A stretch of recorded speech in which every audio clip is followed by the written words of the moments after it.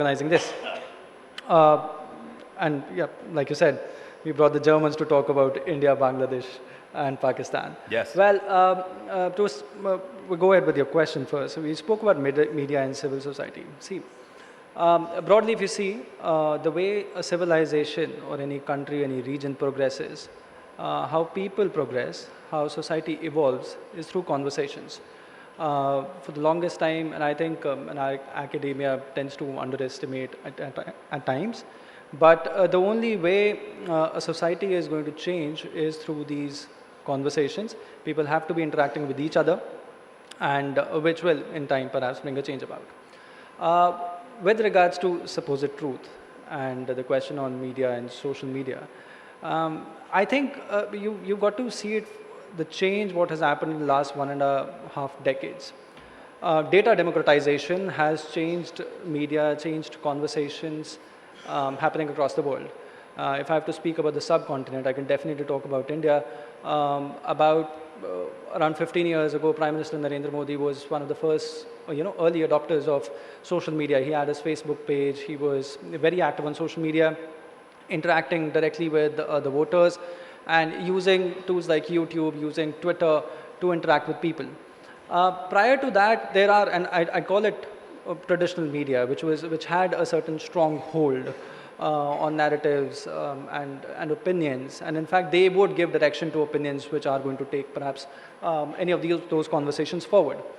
Thanks to internet and thanks to data democratization, thanks to cheap data plans, people in general, common population, people who otherwise were perhaps afraid to voice out their opinions on big stages or podiums, got an avenue to talk about, avenue to talk on, platforms. So Facebook, Awkward, Twitter, and all those platforms were filled with people who started sharing their informations. And that actually took away the power from traditional media houses. So if you speak about, and I can go on for it for as long as you want, but considering your example on US elections, it is believed, it's on both sides, the disinformation campaign, misinformation campaign, and not to be a supporter or hater of Donald Trump, the president-elect. People have their own opinions, but important point being that everybody is in an information warfare. Everybody is engaged in setting certain narratives. Everybody is fiercely battling out to peddle out their own agendas. And it's part of the larger game. It's part of the politics. It's part of governance. It's part of the larger game at play. Now, having said that, it is important to know that it's the people's voices which are being reflected. So what social media has essentially done now is ensure that people out there in some remote village in my state of Haryana can voice out or speak about their own truths or their own realities. It is not necessarily going to be some professor or some academic or some journalist sitting in some university in Delhi or elsewhere, and that perhaps becomes the only and solid truth.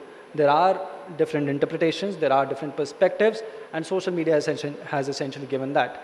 I think that's more or less what I believe on social media. This transition, of course, has been remarkable in many sense, how it goes forward. And there's also a self-correction.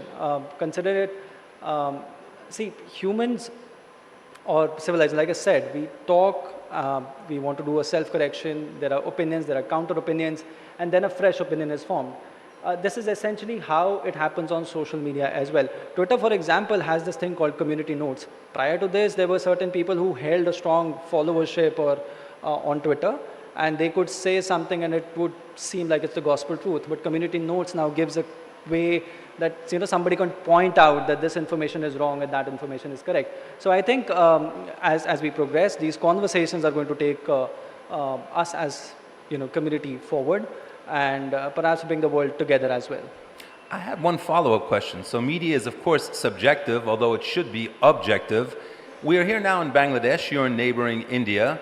When we had the student-led demonstrations, and I would say revolution a few months ago, could you tell us a few words about how the Indian media covered that event? So in India, definitely conversations. I mean, it's a question which is seeking applause, not No, the actually, response. I listen very closely to my speakers, but I'm thinking if I'm a Bangladeshi student, I wonder how India is reporting about this. Just a spontan idee in German. Thank you for the applause, but please. So exactly. See, what had happened was when the revolution was taking shape in Bangladesh, many young students were voicing out their opinions, and in fact, it was these opinions which actually made this movement this big. If it was not for social media, it was not for data, it was not for voicing out their opinions on different platforms and reaching out elsewhere, it would not have happened. In India, definitely conversations were going on. People were talking about it. People knew that some change is happening. And Sheikh Hasina ji, I believe the conversation was she flew out to India. She may be elsewhere, and that's a question on foreign policy. But in India, definitely, there was a cause of concern. Naturally, Bangladesh and Pakistan, it's the same neighborhood, it's the larger Indian subcontinent. Any region progresses on continuous peace and economic, the economic prosperity is a consequence of continuous peace. And it's only natural. Countries and their neighbors would expect that. In India, definitely conversations going on. But like I was telling somebody earlier in the day, we need more of these conversations. We need more of these interactions. That I'm here, I'm getting to learn certain more perspectives about the entire movement.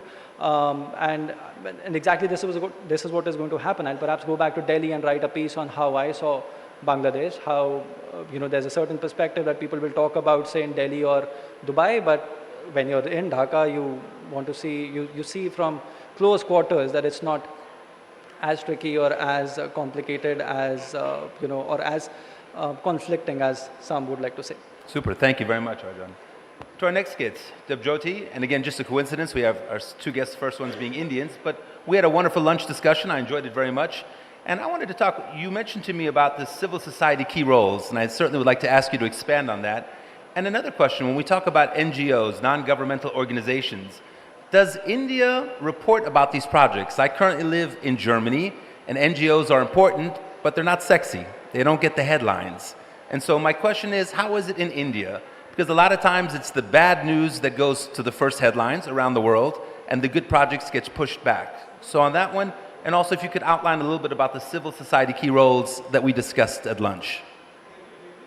Oh, you have to click on the microphone, then we can hear you good. Yeah. Good afternoon. We feel very good to be back in Dhaka again. I would like to first thank Zilur Bhai for inviting me to the Bay of Bengal conversation. I'm being able to share dais with such a Debjota, if you could bring the microphone just a little bit closer to you. Erudite panel. Super. And speaking to such a distinguished audience. Your civil society today is omnipresent. We earlier used to talk about the media as the fourth pillar.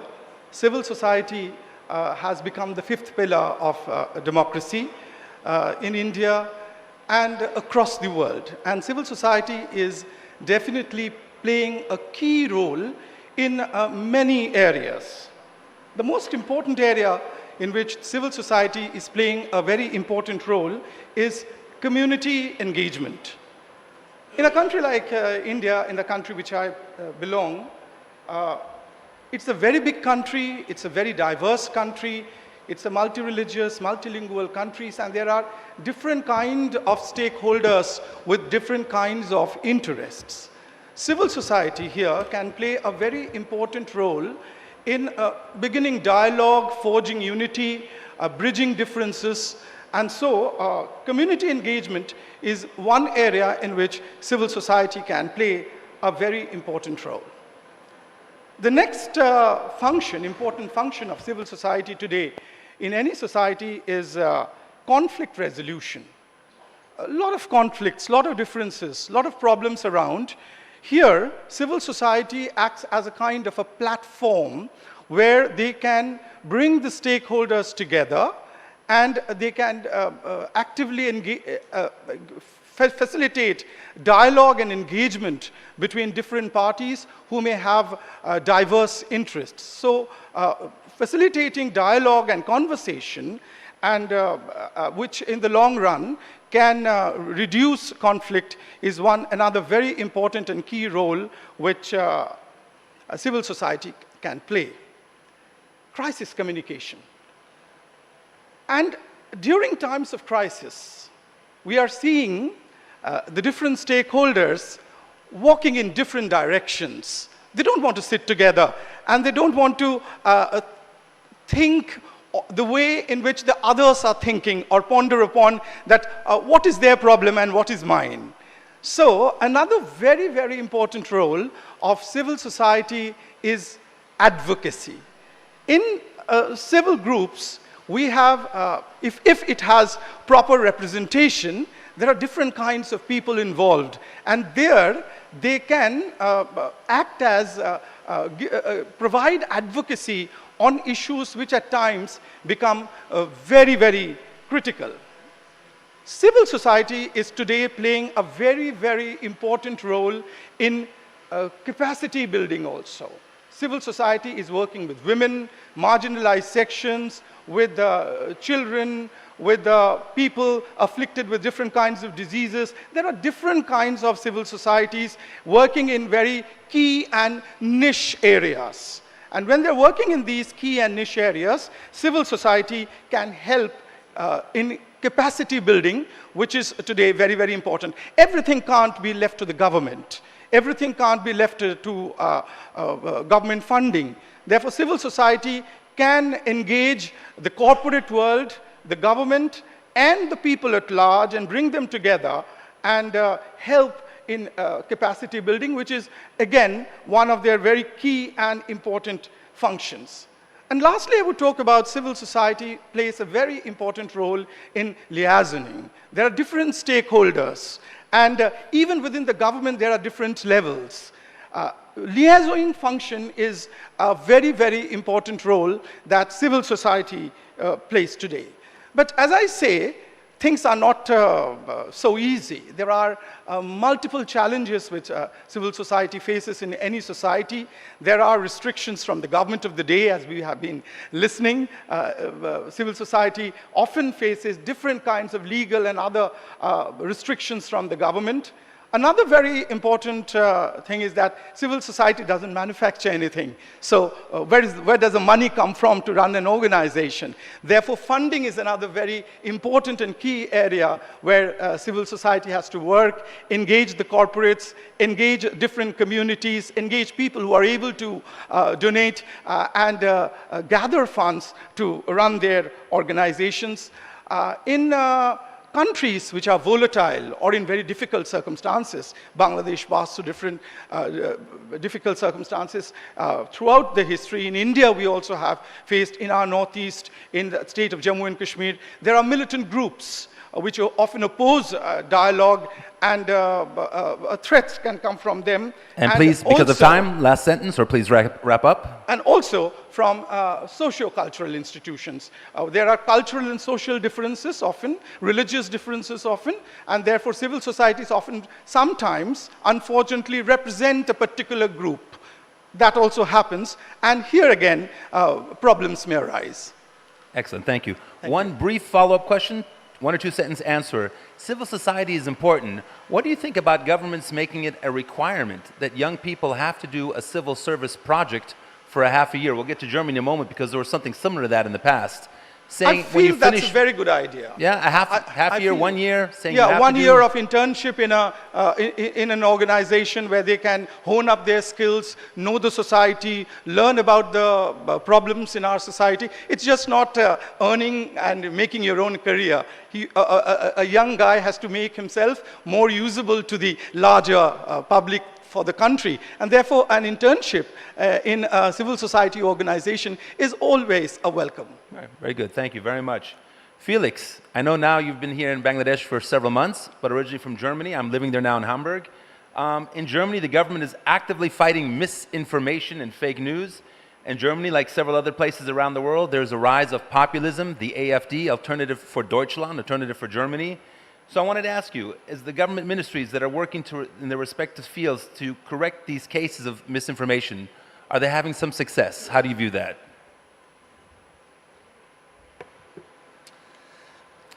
Well, first of all, I would like to thank the Center for Governance Studies and its fantastic staff for what they have put here together in a relatively short amount of time. It is now the afternoon of the third day after lunch, and we still have a packed audience, which is testimony to the appealing offer that has been made here, and also to your engagement in taking part, participating in debate. And that is also partly what my answer will be about. Well, first, concerning Germany. There are many elements to the answer. The one I would like to emphasize is, well, progress is being made. It's very slow. And I think this is not only an initiative of government, but of society as a whole, where we learn to deal with fake news and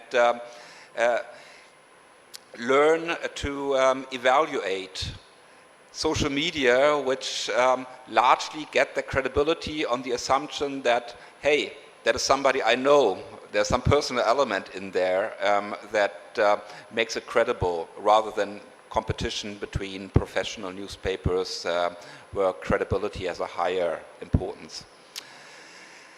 We are making slow progress because what I see as the main background development is an erosion of trust in government. This is a long-term process. The COVID epidemic has been a key element when the private lives of many people have been turned upside down, and when there was a deep-seated shock that created the feeling that, well, things are not working right, and there is something going on that is being hidden from us that we don't understand. And this feeling continues to linger on, and we have had a series of crises since that have been accumulating with higher energy costs due to the absolutely necessary transition to green energies. We have a war in Europe, in our immediate neighborhood, that is proving very costly. We have the aftermath of the COVID epidemic with high inflation, stagnating wages, and so on and so on. And a global situation where the West loses its dominance. That is certainly something that is more of a concern for the West than for you. But it all contributes to a loss of trust and a impetus in feeling, well, there is some hidden information out there, and I have the privilege of having access to this information by knowing somebody who can tell it, and let's say, like, pass it under the table. We all know that this is a very weak mechanism to assure truth. But I think it's a societal way in which we learn different ways of engaging with that. We have all kinds of initiatives, media initiatives to uncover fake news. We have government campaigns, but they will only go to a certain way when the social basis is not there. We, as Friedrich Ebert Stiftung, we are a think tank. We try to create and to disseminate knowledge and truth. But very often it's also not only about what is true. The way we create knowledge has something to do with how we arrange pieces of information. Very often those arrangements that have strong interests behind them, government interests, state interests, business interests, are the ones that are better positioned and get more widely spread. The more repressive a society, the more likely it is that the news available in media, even social media, in academia, in education, and so on, will be the one promoting certain interests, whether fake or not. We are a value-based organization, as so many others in the civil society field, and we arrange pieces of information in a way that pays attention to social justice, that is a share in the economy of those who are producing the labor and who are too weak to impose their interests. And we value participation, a say of many, in the belief also that this creates a better world. And when you arrange the knowledge in a way that you say, well, in order to advance, a society needs order. It suggests that you need discipline, you need obedience, you have quite some legitimate coercion. The piece of knowledge that those who are in power may abuse the power for their own benefit, may thereby stifle potential of the population, may actually exploit, and may not even get that piece of information because they don't have to listen to the information, so they won't change course. When you emphasize that piece of information, it suggests to place less emphasis on obedience and to be less tolerant towards coercion. Last sentence, please.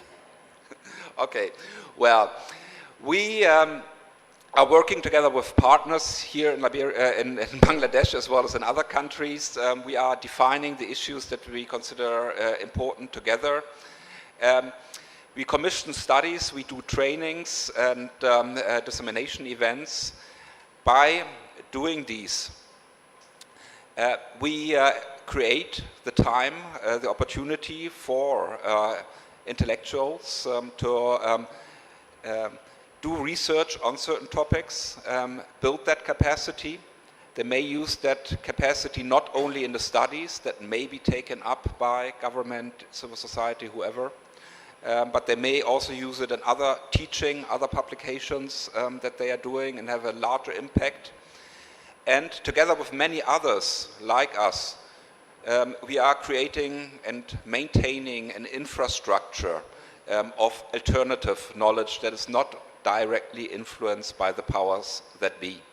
Thank you. And well, last sentence really. Please. I'm very happy right now that many individuals from the partner institutions that we are working with are now contributing pro bono in these government commissions that this interim government has set up in order to define a new way for Bangladesh, and we wish you all the best in that. Thank you.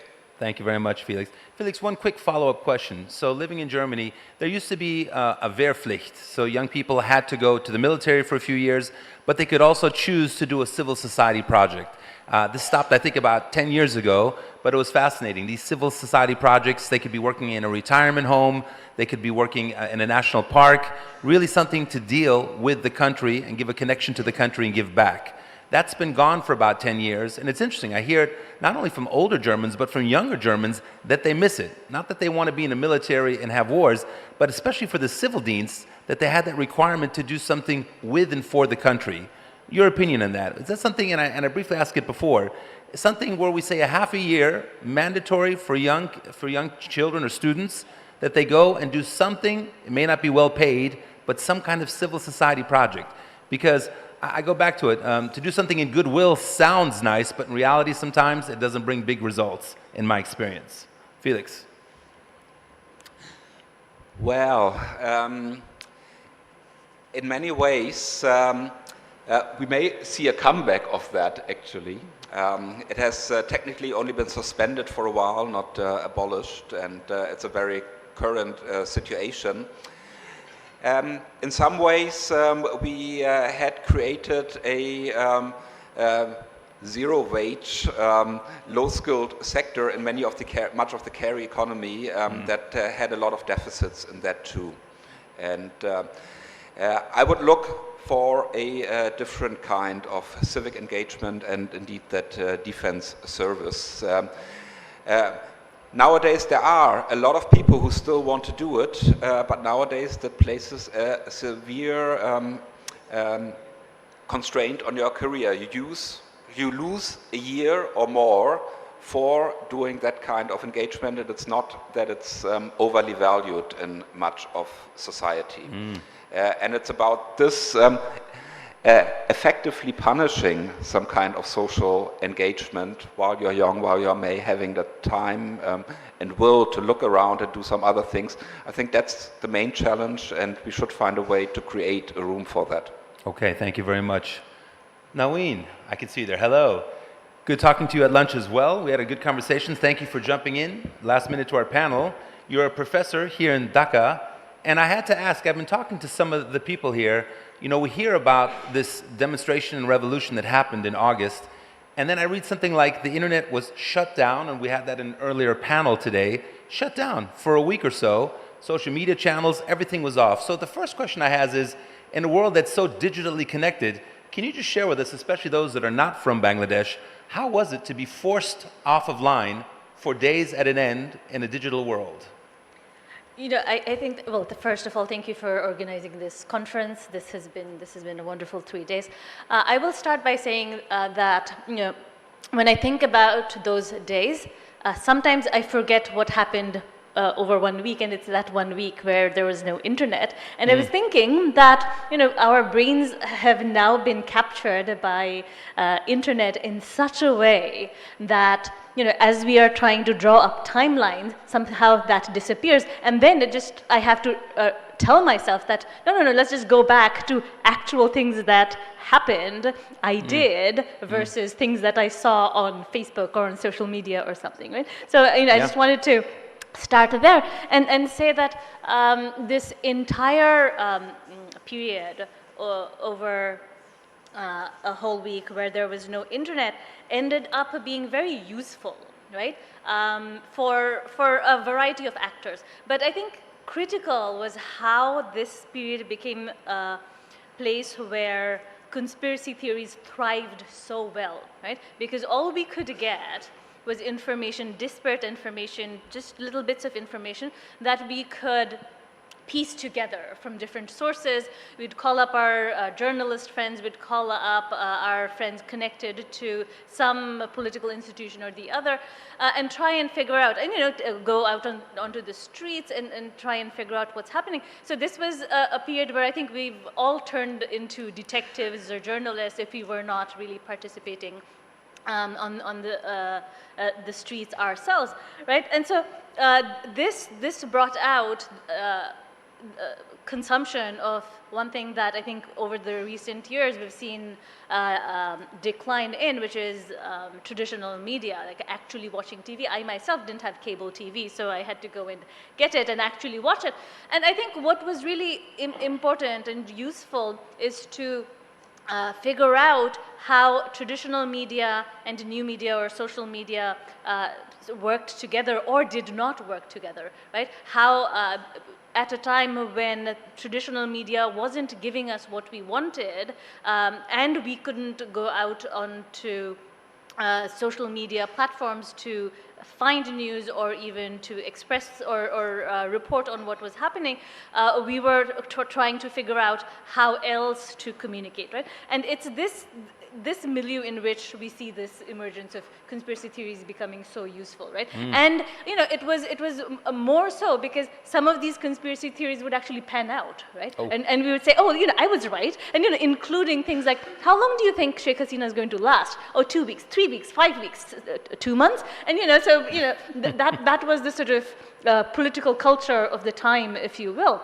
Yeah. Right, and, you know, I think what was also critical in this period, as we were sort of piecing information together, is to sort of go back to whatever was already online, and then seeing how there was this resonance between what was coming up online in the form of memes and so on, and graffiti and wall painting. Right? So now that people weren't expressing themselves online, they were actually expressing themselves on the streets in the form of slogans, in the form of wall art, right? And I think what was really powerful was this synchronization, right? That things you saw on social media were also things that were appearing on walls, were also things that were coming out in the form of slogans. But at the same time, I think what was interesting and disheartening was what we were hearing from how the rest of the world was reporting on Bangladesh, right? So, you know, bits and pieces of information from, you know, calls abroad and so on made it very clear to us that everyone was thinking that there was you know, of course there was a crisis going on, of course there was a repression going on and so on, but that this continued fear of this Islamist threat that was sort of being conjured up by the rest of the world, right? So, you know, we could hear about news media coming from India, from the United States and so on, that had this sort of unified approach to dealing with the student uprising, sort of trying to label the student movement in a particular fashion even before we could really realize or figure out what was happening, right? So instead of taking pause to take stock of what was happening, instead of helping to actually figure out what was happening in terms of how many people were getting killed, or what were snipers doing up on the roofs, what, you know, how come there were IDF-style shooting here in Dhaka, it was, instead of actually condemning those, it was as if it's these students who were to be blamed, as if there was this Islamist threat, as a result of which various infrastructures were kind of attacked, right? But I think it's important to note that these were very particular sites of infrastructure, right? The metro rail, which was Sheikh Hasina's pet project, the expressway, again, her pet project. These were not just random hooliganism or acts of terrorism. These were actually you know, attacks to register discontent against a particular government. So, you know, so for example, there were no riots, right? No stores were broken into. There were, you know, we know what riots look like from around the world. Last sentence, right? please. Right. And so I guess, you know, just to, I guess, you know, last sentence. There is, I don't know, there is no last sentence, right? In the sense that this is an ongoing conversation. But I think what we've seen is that the thing that we expect from media, right, the communication between people and governments and people in the rest of the world, there's been a major crisis over there. Yeah. Please. Professor, I wanted to ask you a follow-up question. This is a trend. Young people get most of their news from social platforms, including TikTok, Instagram, and co. And especially, we haven't talked so much about algorithms, but algorithms, let's say if I like a musician and I want to hear the music of that musician, the algorithms keep pushing me that music. That may be fun in a cultural sense. When it comes to news, if I'm for an issue or against a country's policy, the algorithm sees it and it keeps pushing those stories that basically reinforce my beliefs rather than giving me news. Is that an issue that you're dealing with here in Bangladesh as well? And people say, how can we solve it? Talking to the government, talking to the high-tech companies? I wanted to ask you that, Professor. Well, you know, we would of course like to solve it, right? I think you know, I'm out of my depth in talking about how exactly you fix those algorithms. I don't know. We bring in the scientists who work on these algorithms, the computer scientists, Google, Facebook, get them in check. Global governance, what do international organizations do? We have representatives here. Can there be a way in which we rein them in? You know, this has been particularly problematic during the Rohingya genocide, yes. Right? That, you know, we've essentially seen a genocide live on TV, and then we're seeing another genocide live on TV in Palestine, and you know, think about how the media and these algorithms push us in a polarized direction, right? We are increasingly in a polarized world, and social media aids that. It feeds us what we want to see, often lies, misinformation, and this is where we are, you know. I don't know, I think these are the kind of things that international treaties should be made of. Great, thank you very much. Good. Coming up now to Sohail. Sohail, also I enjoyed our conversation during lunch. So we'll say good news, bad news. I'll start with the good news. I visited Pakistan a few years ago. Northern Pakistan is some of the most beautiful mountains and sceneries that I've seen in my life. So kudos to your country. Good news. Let's move over to some of the more bad news. Doing some research in 2024, World Press Freedom Index, Reporters Without Borders ranked Pakistan as country 152 out of 180 countries, underscoring severe decline in press freedom. Can you tell us what is the condition and state of the media in your country, in Pakistan? Well, thank you so much. And let me begin by extending my congratulations to CGS and Mr. Zillur Rahman for organizing this edition of the Bay of Bengal conversation. And I think the most heartening thing has been the very active participation of the youth here. And I think that it is critically important that youth be included as a very important stakeholder in this policy discourse. Now, before I come to your specific question, I do want to focus on what we are experiencing in the information domain, especially with the advent of the modern technologies. And I'll focus both on traditional media and the social media. And there are 4 quick points that I would like to make. One, there is a phenomenal transformation in the information landscape because of the technological advancements, and 3 things have happened as a result. One, there is unprecedented rise in the speed, scope, and reach of information. 2, there is an unprecedented empowerment of all actors, state actors, non-state actors, and individuals. And 3, technology and authorities have still not found a way of verifying and especially establishing the authenticity of what passes as information. So as a result, disinformation and misinformation have become tools of division, of diversion, and conflict.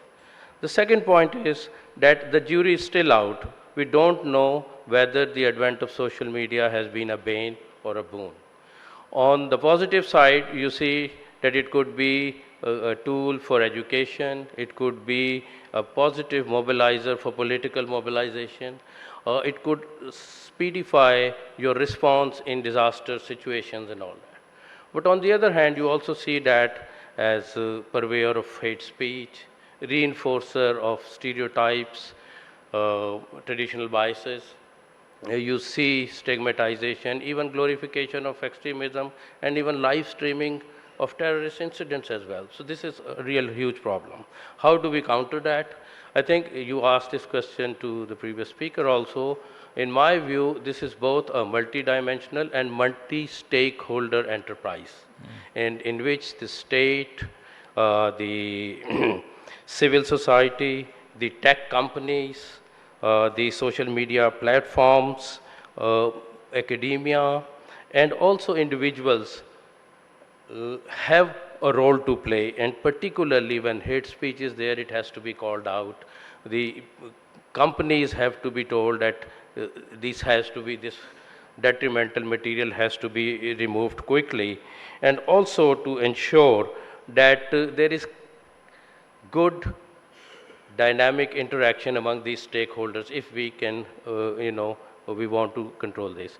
The last point is that we need international collaboration also. And I'm very glad that the UN Secretary General has taken an initiative, and he has called for what is known as information integrity. And he has called for developing a global code of conduct to ensure that information is conveyed with integrity. And now the relevant department in the United Nations, the Department of Global Communications, has started working on certain principles for this code of conduct which will ensure information integrity. So I think when we are dealing with accurate reporting and its impact on societies and also for conflict resolution, supporting this initiative of the Secretary General is also important, apart from taking national actions.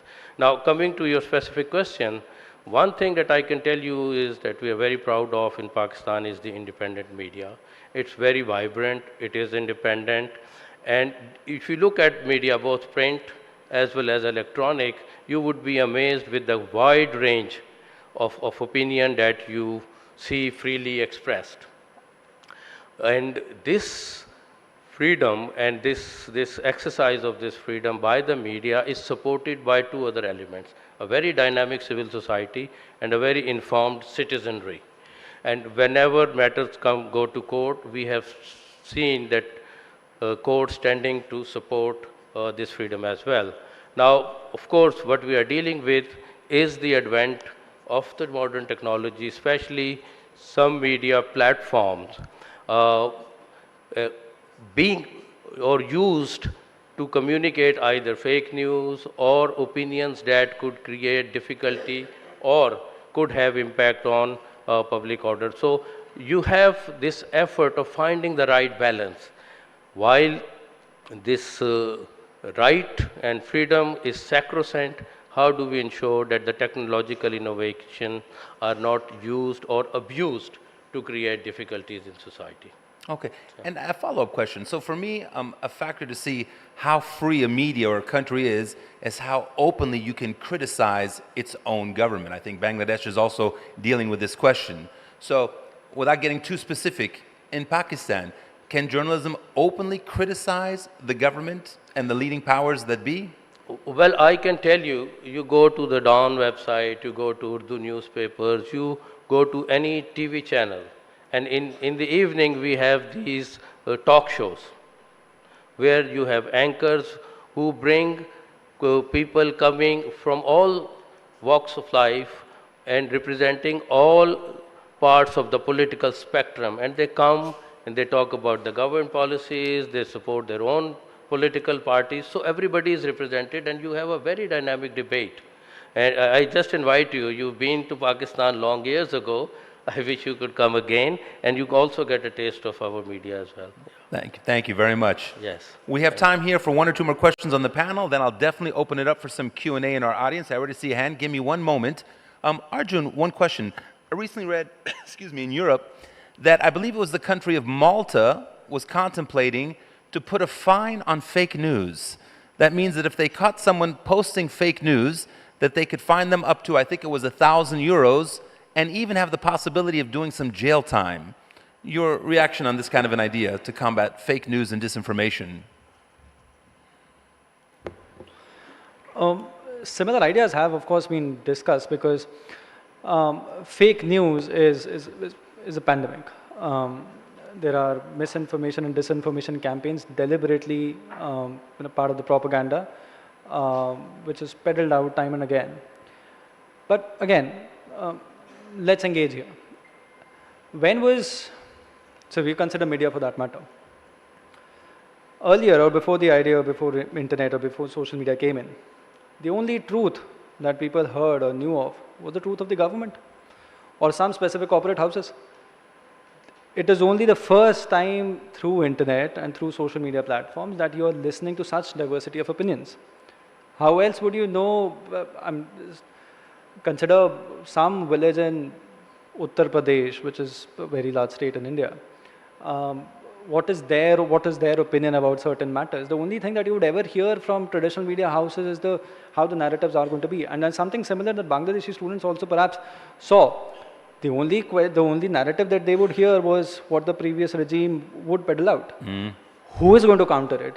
How a counter narrative is to be formed is going to be a consequence of social media platforms. Two, of course, like I said earlier, there's always a self-correction. Society has a way of self-correcting. It's these conversations, it's these engagements. Like ma'am was suggesting earlier, like you're suggesting, the idea of making it, it's a contentious idea because it also brings in the idea of freedom of press or freedom of speech. Can I say, would we want the government to stifle my voice? Would I want the government to put me in, throw me in front of crosshairs with the fear, or should I voice out of opinion fearing that if it is remotely wrong, I might be put behind bars or fined?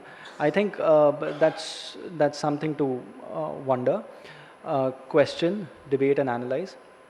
But of course, something needs to be done, which is why governments across the world are, discussing and debating this idea of what needs to be done. In India, of course, much like Malta, this was very much in conversation. We did bring this forward. The governments have been mulling over it, but it does not, and this is how India is managing it. We are taking our own time. If there are some specific platforms which are consistently putting out fake news or consistently putting up disinformation, and it threatens public law and order. The government is carefully monitoring it, and when comes the time, or if there comes a time, there's certain curbs need to be there. Last sentence, please, because of time. Is that Yeah, good? well, of course.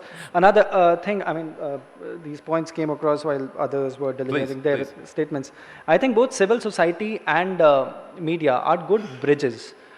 You've got to have, so many a time it's the media which is much better informed about the opposition than the government, and it's the case the vice versa. Similarly, civil society is the bridge which brings the politics and policy together. The governments may not, in the high horses, they have little idea about what the ground is saying, what people are talking about, how they think, and what their ideas are. And is it finding proper reflection in the governance? It's the civil society which gives that reflection.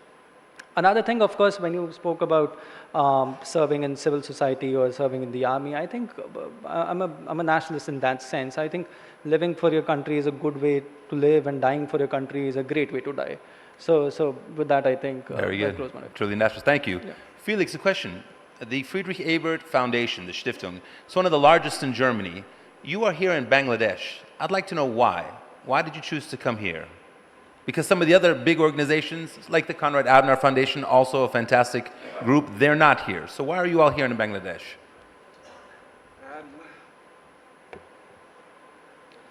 Well, it is still one of the largest countries in the world, and we are aware of that. It could just be a brief answer. Don't be too deep, but just general, because it's important that you're here. But from my heart, I'd like to know why.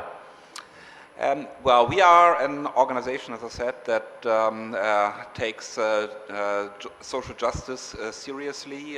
Bangladesh is a country that has recently been industrializing rapidly with many of the opportunities that are arising, but many of the issues that accompany that in terms of dangerous labor conditions, very low wages, effectively wages below living wages, environmental destruction, the air that we start breathing here now and that we will start breathing more over the next few months is getting less healthy and causing more costs for all of us. So these are issues that we are addressing with our research, with our training worldwide where we are, and we are very fortunate to still be here as the only one and see this political opening here and being able to involve a larger share of the population in that, and we very much hope that this will be an opportunity that is here to stay. Super, thank you very much. I'd like to open it now to Q&A. I see a lot of hands here. So, I don't know quite, we'll have the young lady in the beautiful red sari. You can start, you can make alliance here at the microphones. Now, yes please, also, very good. I'd like to ask one, or just ask you all, again, one important fact, and I'll be very strict like I was to our distinguished guests about time. On the questions, I know we have a lot of opinions, especially with these three beautiful countries represented. Please try to be short on the opinion and get directly to your question. If it goes too long, I will ask you to go directly to the question. Please do not be upset. Please go ahead. So my question, I'm Ho Chi Minh. My question is to Dr. Naveen Murshid. And please close to the microphone so we can hear you very good. A little closer. Okay. Go ahead. You were at the forefront of the movement with the University Teachers Network, and after the movement, we witnessed massive human rights violation, particularly against gender minorities. I often reflect on the connection between the body and the land. We are born on this soil, and our gender identities should never sever us from our civil rights. Please tell us the question. Please tell us the question now. Yeah. Yes. How can civil society play a more significant role in protecting and advocating for marginalized communities? Moreover, how can we hold civil society accountable given the persistent issues of class, caste, and elitism within its ranks? It's vital to ensure that no one becomes collateral damage in the pursuit of peace and justice. How do we prevent that? Thank you for the question. Please. Thank you for this question. I think what's one elephant in the room here as we talk about civil society is who is the civil society, right? Who constitutes the civil society, right? And we've talked about academics, about various development practitioners, and so on. I think one missing link always is the working class. The working class is the largest population, the largest group, right? So as we think about a more just society, I think we need to look into ourselves and think about our own working class position. We are all workers. That's what unites us, irrespective of class, caste, gender, and so on, right? You're absolutely right. One of the fears that the Awami League government had instilled in all of us is the fear that without the Awami League, there will be a crisis in terms of the rights of minorities, the ability for people to practice their arts, their music, their culture, and I think that is something that has to obviously be confronted. And I think there's hope in the fact that in the post-Biplab period, there were people who came out and tried to protect mandirs and mazars and so on. They had human chains up in order to protect them, right? So I think what's very important is that we protect minority rights, but it's also equally important to make sure that these incidents however few, those are absolutely problematic, that those are not politicized and turned into something that it's not in order to justify foreign intervention, in order to justify militarization, and in order to delegitimize the current government, right? Because that's the danger that we see in these periods, right? So it's not that there isn't a danger that minorities might come under attack, but we have a responsibility to protect them. And I think in the long term, that can only come about if we can think about how civil society groups need to also include workers and recognize the collective power of the working class. Super, thank you very much. Our next question, the gentleman here. And again, I'd ask the questions short, and also to our speakers, due to lack of time, we have to shorten the answers just a little bit. Please go ahead. Can you hear me? Okay. Yes. Please, nice and loud. We have the drone coming up in front of us here. Okay. Go ahead. Can you hear me? Okay. Before my question, I have to say something. Before the question. So, the student masses of Bangladesh have achieved new freedom through a spontaneous revolution against the autocratic regime without the help of any foreign power, which we call Bangladesh 2.0. But some countries cannot accept this independence and sovereignty of Bangladesh, which is very unexpected and sad. Please come to the question. Okay, please. Yes. They are spreading misinformations and propaganda about Bangladesh, especially Republic Bangla news channel. Yet Bangladesh is independent and sovereign. That is the truth. My specific question to respect Debjyoti sir, whether a news channel has the right to broadcast blatantly the misinformation about another country. Does the government of the country from which such misinformation is being spread take a responsibility to or warn against spreading such information? Thank you. Please I would go like ahead. to first inform you that Republic Bangla is hyper about everything. You have seen there, it's not about it's a part of that country. It's not about Bangladesh alone. It is a channel when I go to, in a panel discussion, I am advised that please don't speak loudly. You have to speak very fast and shout always. That is our style. So this is Republic Bangla. Sounds like Donald Trump. Yeah, it's like that. Those who watch the channel knows it. Those who watch their anchors, they also know it. Ignore. You have done your job. Let them do their job. It's a very big country. I have come back. We are seeing what is happening. It's time. Narendra Modi was one of the first foreign leaders to send a congratulatory message to Dr. Yunus. We are working. Our ambassador was present here. Forget the channel. Ignore it. Don't see it. Okay, thank you so much. Thank you very much. Thank you.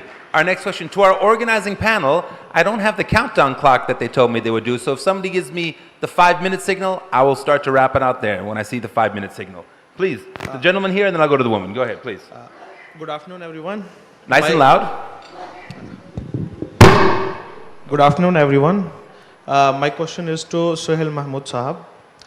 How can Pakistan justify banning X to silence the criticism of the government, while the Prime Minister uses same platform to congratulate Donald Trump on his victory? I want a simple, short answer of it. Thank you for the question. Please. Well, as I said, their effort is to find the right balance. X has been used to communicate sometimes misinformation, sometimes mobilize in a way that could be detrimental to peace as well. It is not completely banned. Of course, there are times in which it is restricted, access to it is restricted. We as a think tank continues to use it, but there are gaps that I acknowledge. And obviously, this is a very important instrument whose importance or relevance cannot be discounted. And the Prime Minister also uses it to communicate his messages, and they use during those intervals as well. And if they find some other means also that I am not privy to. But again, this is something that the government perhaps is trying to find the right balance, and I am sure that it will be found. Excellent. Thank you very much. Due to time, the last 4 people there, those will be the last 4 questions. We call this a lightning round. No lightning from the sky. Quick question, quick answer. Please, we'll go to the young woman here. Hello everyone, I'm Naurin Sultana, studying Mass Communication and Journalism in University of Dhaka. So my question is, the filter bubble and echo chamber is creating polarization and radicalization of opinion. According to a study, news articles found via social media are associated with higher ideological segregation than those an individual reads by directly visiting news sites. Please come to the question. Please come to the question. Even if the mass media provides proper narratives, the people are exposed mostly to the narratives they prefer to get resonated with. The help of personalization and of information. So how can the mass media deal with this challenges in future? Thank you. To anyone specifically or the panel? Anyone from the panel. Anyone want to take that? I do not understand the Arjun, go ahead, please. Arjun, if you have understood. I think it's a continuous conversation. You'll have these problems. You've had these problems before. And these problems will continue to happen. And the solution will come from different stakeholders engaging in a conversation with each other. And that's perhaps the best way forward. Excellent, thank you. To the gentleman here, and then 2 last questions. Please, here, the first one. Hello everyone, this is MD Parvez Mahmood Niloy, currently doing my undergrad in Mass Communication Journalism in Dhaka University. My question is to David. David, you have been in journalism and in media for a long time. Now, you have seen the recent US election. Mr. Donald Trump didn't go to the traditional medias for interviews and everything. He went for the alternative medias, the social medias, podcasts and everything. Where, in the other hand, Kamala Harris did the opposite. She got the offer from Joe Rogan for a podcast episode, but she didn't go. And also the media created a narrative that this election is going to be really pretty tight and pretty close, which didn't happen. So what is the question? Yeah, so my question is, there's a clear failure of traditional media in this year's election. How do you think traditional media will be able to bounce back? Before you answer, sir, ma'am, Miss Navin Mushid ma'am, it's a great honor to be here under your presence. We have witnessed that you have been vocal about the movement and were there with us, with the students. Thank you for being there for your children. Thank you, ma'am. It's a great honor. And sir, please, your answer. Thank you. Thank you, Professor. I'll just keep it very brief. It's a very complicated question. I think it's very interesting when you're watching US politics, for example, the relationship of Elon Musk, him buying Twitter, now X, the algorithms that most of us don't know exactly what comes out. Many people have said those algorithms has helped Donald Trump. Then him winning and probably having front row seat, if not a cabinet position, and a newly formed cabinet position. So of course, social media, it's a slippery road. How much money can be used? Is it campaign financing? There's always been money in politics mixed in with media, but I think we've seen it at a new level. Number 2, when you look at the elections, social media played a role.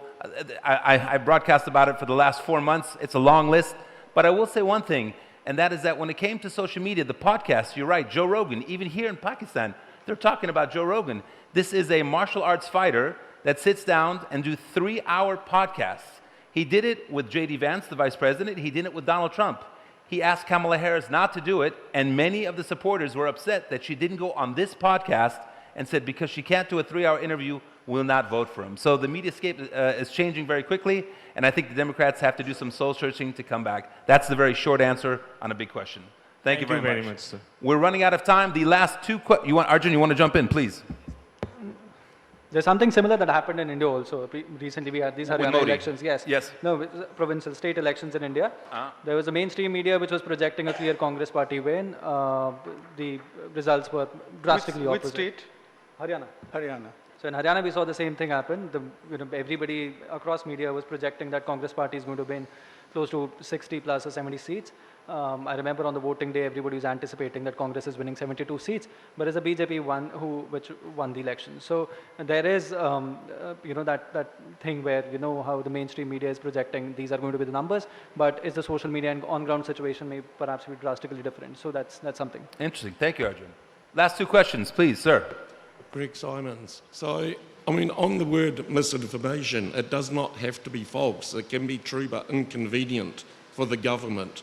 It can challenge a policy. But coming to the question, given that the global north generally cannot even admit that there is a genocide and ethnic cleansing going on among the Palestinians, I mean, what kind of moral or ethical authority do you have to lecture the global south and other countries about managing their communications?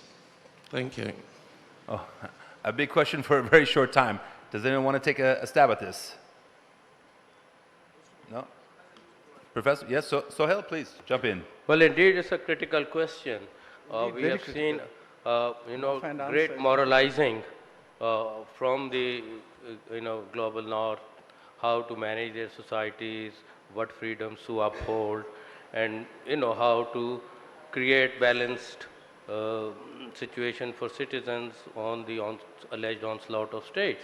And here we have seen a genocide taking place in tremendous global glare, and it is impossible for people in Western societies, the flag bearers of all these freedoms, to be, to describe what is happening, one, and even if there is a dissenting opinion from the governments also, then there are consequences for people also. So I think this dynamic or this dialogue between the global north and south also requires some adjustment, I would say. I think I'd like to jump in too. Yes, please. Thank you for asking this question, because I think the answer is pretty very, very simple, right? They do not have any moral authority, really, right? I think what's critical here is on the slightly positive side that the hypocrisy is very obvious, very clear now. So before they had this mask of humanity, of humanitarianism. Now that mask is no longer there. I would say these might be signs of a declining empire, but I need more time to explain that. Okay, thank you. Felix, please, briefly.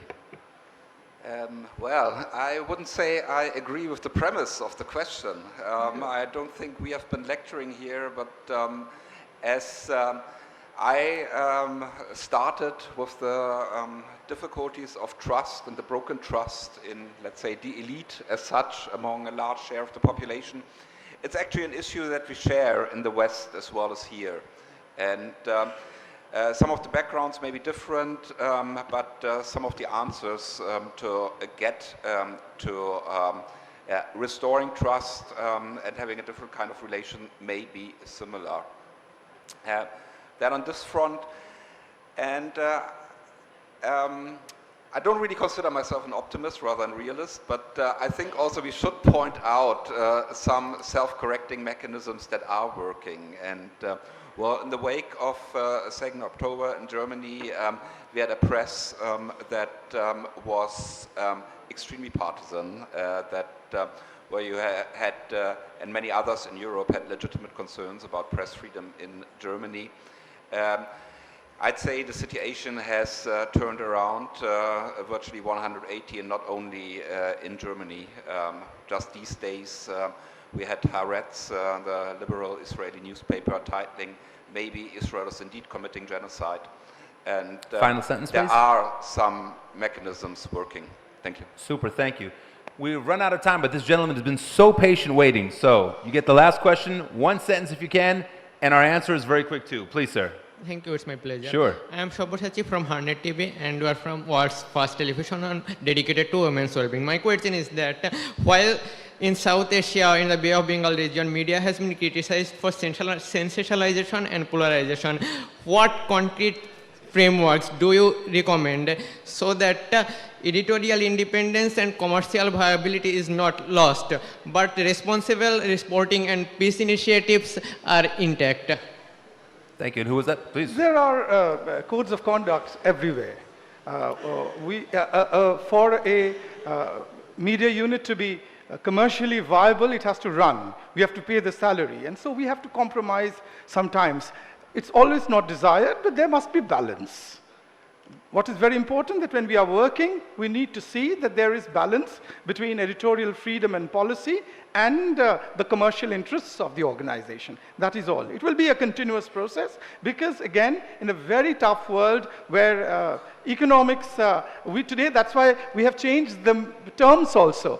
Earlier it was the editor, and today we have the managing editor, who is also a manager who knows finances, and he's also the editor who knows journalism. Thank you. Excellent, thank you. The final word to Pakistan, but truly the final word. Go ahead. Yes, quickly. Well, I think this has to do a lot with the business models of some of the channels also. So this whole race for TRPs is really damaging.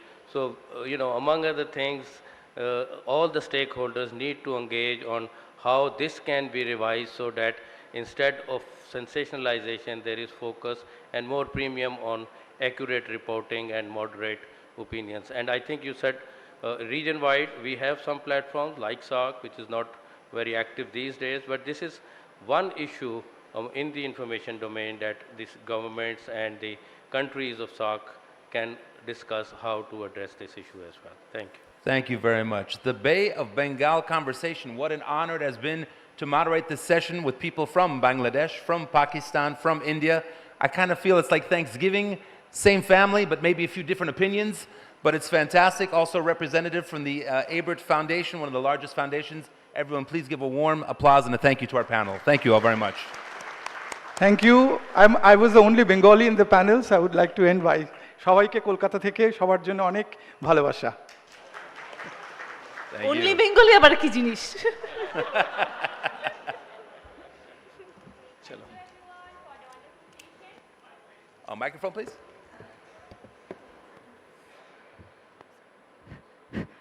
Thank you everyone for the wonderful session. Now I would like to request our honorable speaker to come to the center of the stage for a photo session. Can we go down? It's okay, we can.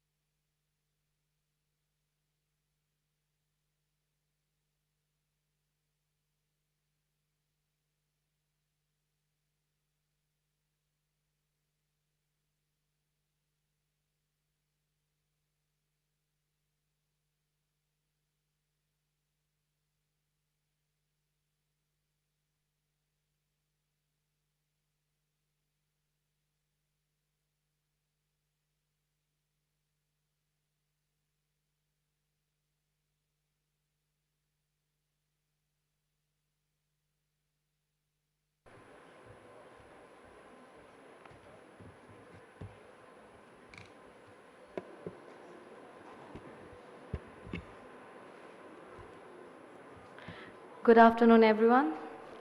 Now we are starting our next session.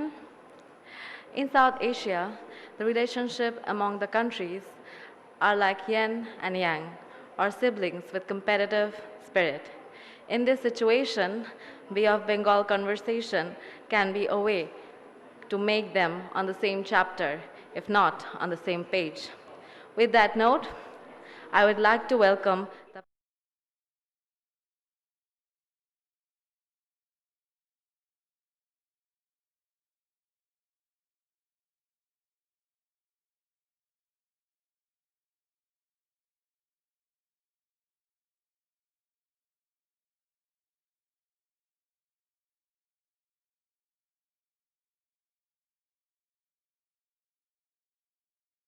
Bismillah ar-Rahman ar-Rahim.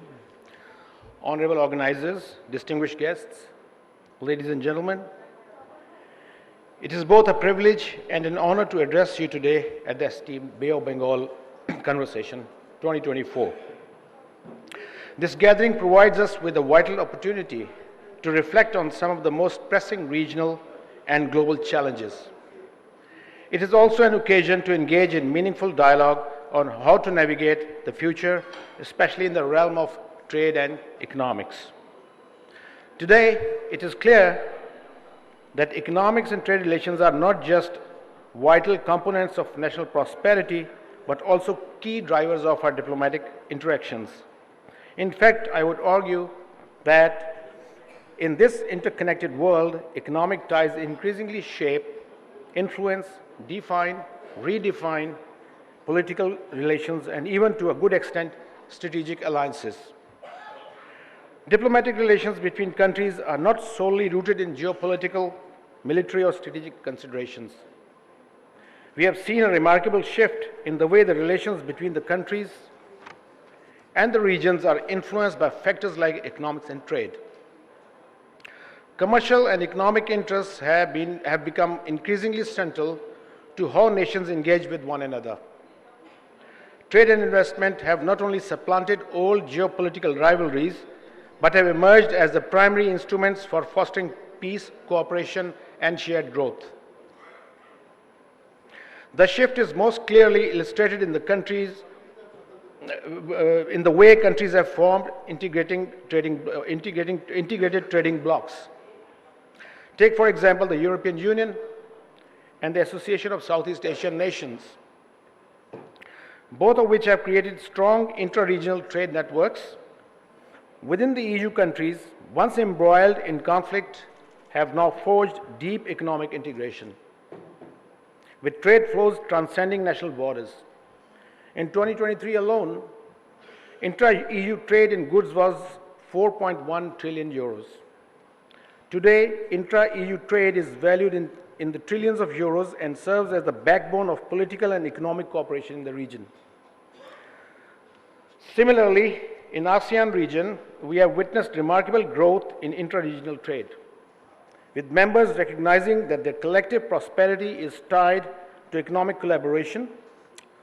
ASEAN has leveraged trade agreements and partnerships to foster regional stability and enhance its global economic footprint. ASEAN's total trade in goods for 2022 stood at US $3.8 trillion, with $856 billion being intra-ASEAN trade, approximately 25% of its total volume, trade volume. So the commercial integration is not just a trend, it is an essential part of the 21st century diplomacy. Turning to our region, in South Asia, the potential for intra-regional trade is immense. South Asia remains one of the most populous and dynamic regions in the world. Yet, despite our shared history and geographical contiguity, intra-regional trade remains well below its potential. With over 1.9 billion people, South Asia's economic landscape is rich with promise, yet we are still underperforming compared to the other regional groupings, like the ASEAN and the EU. Today, intra-regional trade of SAARC stands only at 5% of its total trade volume. The South Asian Association for Regional Cooperation, our regional organization, it holds tremendous promise for fostering economic cooperation and integration. Today, there is growing recognition that the future of South Asia's prosperity lies in overcoming the barriers and enhancing intra-regional trade. Imagine a South Asia where we remove trade barriers, streamline customs procedures, and encourage greater investment. Such an environment could unlock immense potential for shared growth and create a platform for addressing some of the region's most pressing issues like poverty, unemployment, and economic inequality. For this vision to become a reality, we must prioritize trade and economic collaboration as a pathway to peace and prosperity in the region. A particularly noteworthy example of untapped potential in our region is the bilateral trade between Pakistan and Bangladesh. As we look ahead, it is clear that there is a significant opportunity to enhance trade between our two countries. While our trade relations have grown over the years, the figures still fall short of the potential we know exists. In 2021, Pakistan-Bangladesh bilateral trade was valued at just around $1 billion. Yet the combined economic size of our two nations and the complementarities in our economies suggest that this figure should be far higher. With right political will, enhanced trade facilitation measures, and renewed focus on economic diplomacy, Pakistan and Bangladesh can substantially increase this trade and explore new avenues for cooperation in sectors like textile, agriculture, energy, and technology. The future of Pakistan-Bangladesh relations hinges on our ability to transform the economic potential of our bilateral ties into tangible long-term outcomes. Trade will not only help strengthen our economic positions, but will also contribute to greater political and cultural ties between our nations. As we continue to look forward to the opportunities for economic growth and regional stability, I believe that our trade relations will be a key pillar of Pakistan-Bangladesh diplomacy in the years to come. In the recent months, noteworthy steps have been taken by the public and private sector to facilitate the businesses on both sides. Pakistani consignments are no longer subjected to 100% checking at Bangladeshi ports. This has provided ample incentive for Pakistani businesses to trade with Bangladesh. The private sector stood up to the occasion and direct vessel reached from Karachi to Chittagong in only 10 days on the 11th of November. These steps will no doubt improve the tendency to do business in the two countries. So as we examine the world economic outlook, it is clear that the global economic landscape is shifting rapidly. The rise of emerging markets, the acceleration of digital economies, and the increasing importance of green technologies all present new opportunities and challenges. Global trade is expected to grow, but the pace of the growth will depend on how we manage the competing forces of protectionism and openness, of national interests versus global cooperation. It is vital that we address structural imbalances in the global trading system, promote inclusive growth, and ensure that trade benefits all people, not just the wealthy few. So in conclusion, the future of global trade and diplomacy is undoubtedly tied to the economic relations we build today. As the world faces new challenges, from political instability to climate change, from artificial intelligence to economic inequality, it is increasingly clear that countries must forge deeper economic ties as the foundation of their political and strategic alliances. In South Asia, and specifically in the case of Pakistan and Bangladesh, the time is ripe for a new era of economic diplomacy. By focusing on trade, investment, and regional integration, we can chart a path toward greater prosperity and stability for our people. We must look beyond political differences and embrace the opportunities that enhanced trade relations can bring. Only through economic collaboration can we build a future that is peaceful, prosperous, and secure for all. Thank you very much.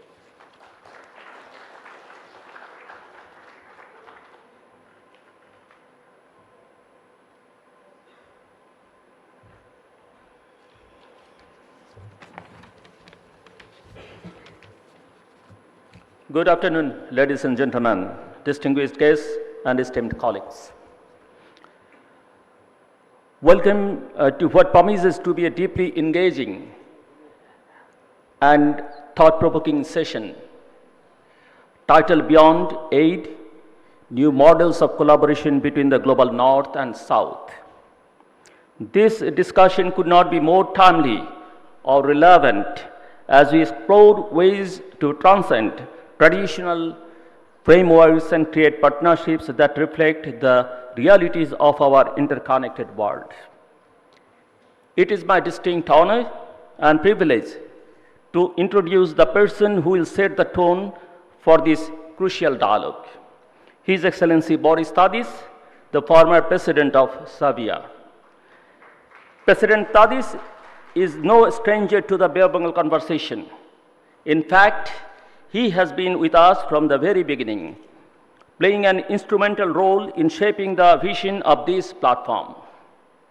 His unwavering commitment to fostering meaningful dialogue and his deep understanding of the challenges and opportunities that define global governance make him one of our most valued alumni. As President of Serbia from 2004 to 2012, Boris Tadic's leadership was marked by his dedication to promoting democracy, human rights, and reconciliation.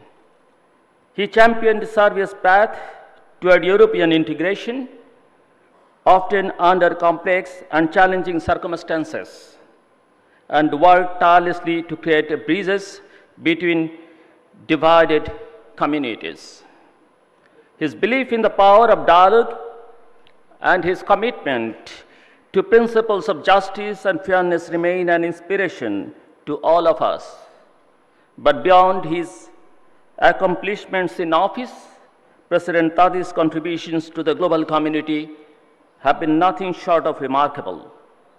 He has consistently advocated for equitable partnership between the global North and South, partnerships rooted not in dependency, but in mutual respect and shared goals. His insights into the dynamics of global collaboration and his passion for rethinking traditional models make him uniquely qualified to lead today's conversation. Ladies and gentlemen, this is precisely why Boris Tadic continues to be an integral part of the Bay of Bengal conversation. His presence here is a testament to the enduring partnerships we have built through this platform, and his words today will no doubt challenge us, inspire us, and guide us toward actionable solutions. Without further ado, please join me in welcoming one of our most cherished allies, a statesman of vision and integrity, His Excellency Boris Tadic, to take the floor. President Tadic, the stage is yours.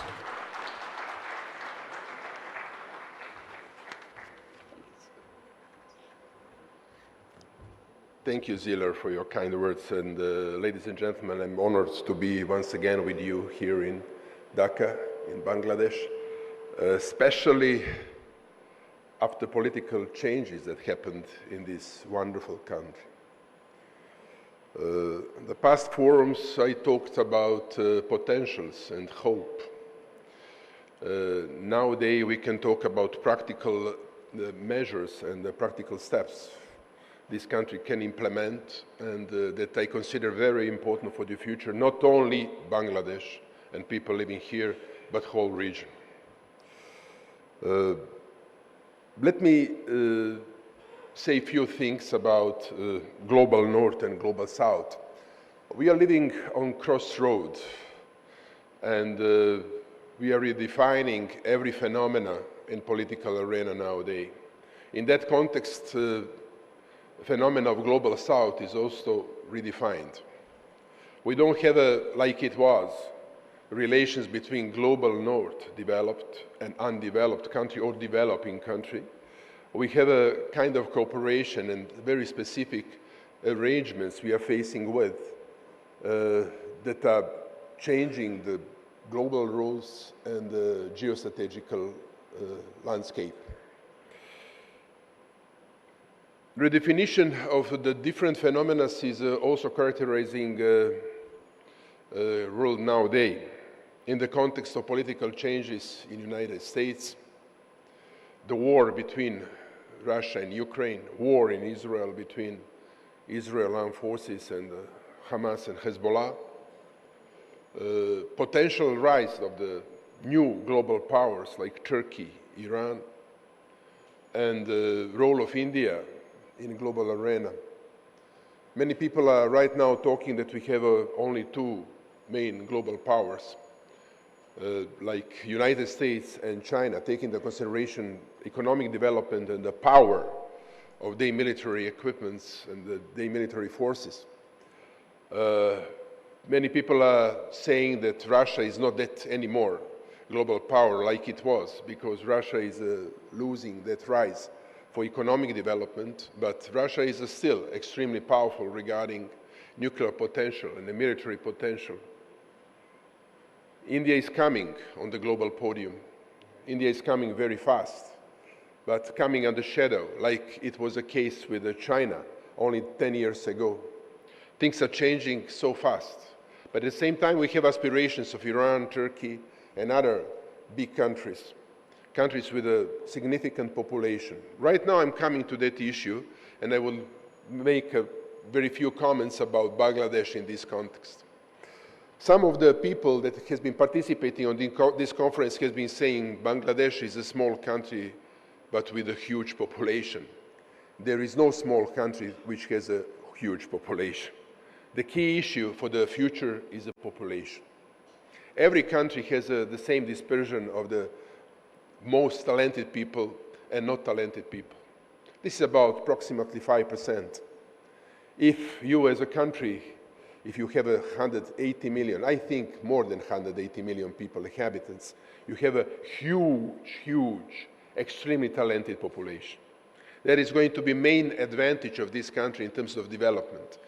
And in that respect, at the end of this century, countries with a huge population are going to take a most important role in terms of mankind and the future of the mankind.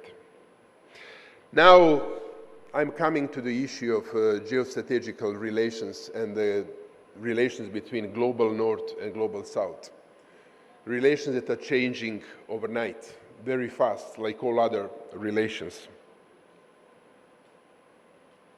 Just 20 years ago, it was totally impossible to imagine that China is going to take such a role like nowadays.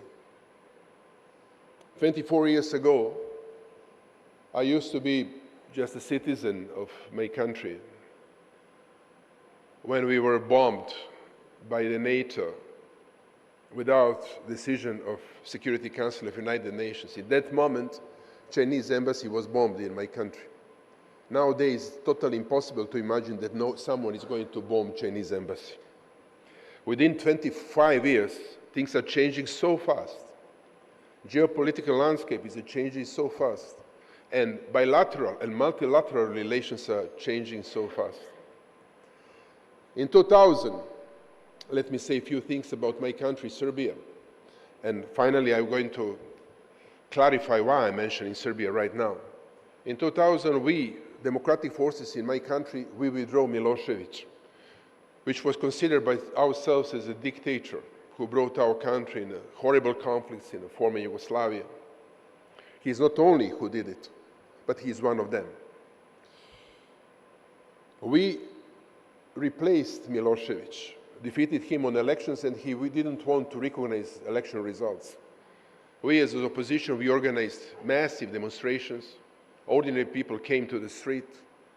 500,000 people came to the streets in Belgrade, and finally he recognized the results of the elections. We celebrated victory of the democracy and the freedom in my country. We raised expectations of ordinary people. We did a lot. We implemented democratic rules in my country. Situation nowadays in Bangladesh is reminding me about situation in Serbia in that time. But I see so many similarities. In that time, my country has been facing with a significant problem because we didn't know how to rule country. We didn't know how to make reforms, how to make substantial changes within structure of the state. We didn't know whether we have to replace all other ambassadors, security people, intelligence, without having any experience in ruling country. We were, for many decades, democratic opposition with aspirations to make our country free and to work on reconciliation with other countries in the region. It was a very tough time for us, but we did it. We did a lot of significant things, but At the same time, we paid extremely high price because of not having experience. This is why I want to share this experience with you. Today I had a meeting, fantastic meeting with my friends, Mohamed Yunus, who is right now on the top of this country, facing with a significant responsibility. I wanted to share with him our experience, country that wanted to be democratic, stable, and strong, and to be friend with all other countries in the region. In that respect, I have a few suggestions for Bangladesh in the context of the new relations of global North and global South. Bangladesh has to define its own policy, to define a foreign policy that has to be in accordance with the interests of this country. Bangladesh is geostrategically thinking in an extremely sensitive area. This is Bay of Bengal. This is area which is in the focus of big powers. This is China and India. This is at the same time United States that are defining Indo-Pacific as a focal point of their foreign policy strategy. Now I'm coming to the United States. To be frank with you, nobody knows what is going to be foreign policy and focal point of United States after Trump's victory. I'm talking about previous administration, but now we have to wait what is going to be really outcome of the Trump's victory. What is going to be outcome of the Trump's victory in every single point in geostrategic location in the world? Not only Ukraine and Russia war, not only Israel, Hamas and Hezbollah, but also Bengal Bay, South China Sea, Western China Sea, Taiwan, North Korea. So many challenges we are facing with. Nowadays, we are living in the world that has been facing with the 48 military conflicts. More than 90 countries are directly or indirectly involved in those conflicts. We are really living on the crossroad. Someone is saying that this is the most interesting moment in the history of the mankind. Maybe for intellectuals, political intellectuals and analysts, but for the people that are running country, that are taking responsibility on their shoulders, this is one of the most difficult and extremely dangerous moments. For every single country, which is not big power, global power, challenges are even bigger. Bangladesh, in that context, is one of the most important countries. This country is not only in terms of geostrategical position very important. This country with a huge population is crucially important for the future of the world. And also, you have neighbors.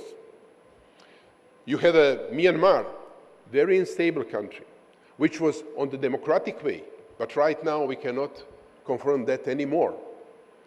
You have countries that are neighbors with extremely significant resources and potentials, not only in terms of population, but in terms of national resources. Every global power is going to take a focus in this area regarding their own interests. In that respect, in the context of the new relations of global North and global South, you have to think about your own interests. Now I'm coming to Serbia. When we took a power from the Milosevic and when we had the opportunity to define our new policy strategy. Serbia is a country centered in the Southeast Europe. Our geostrategical orientation is from 2000 until now, until today, to become member state of European Union. We don't have a better solution than that, because this is geostrategical position of my country. We don't have a better solution than that, even though European Union is not anymore our goal like it was. European Union is facing with the problems. Now, let me say a few critical words about European Union. European Union was following agenda of United States strictly in every single conflict in the world in past few decades. And a few weeks ago, I was writing an article in which I was asking, before the elections in the United States, European leaders whether they are going to follow same agenda if Trump is going to win, which is going to make paramount shift probably in foreign policy of the United States. And that is happening right now. What European Union leaders are saying right now? Nothing. They don't know what to do. This is really significant constraint in European policy. Do you know why I'm underlining that right now? Because the world needs European Union. We have a United States, we have a China, we have Russia right now.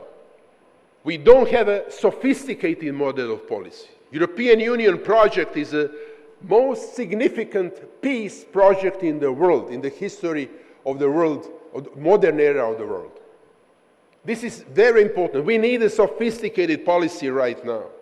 We don't need only brutal big powers.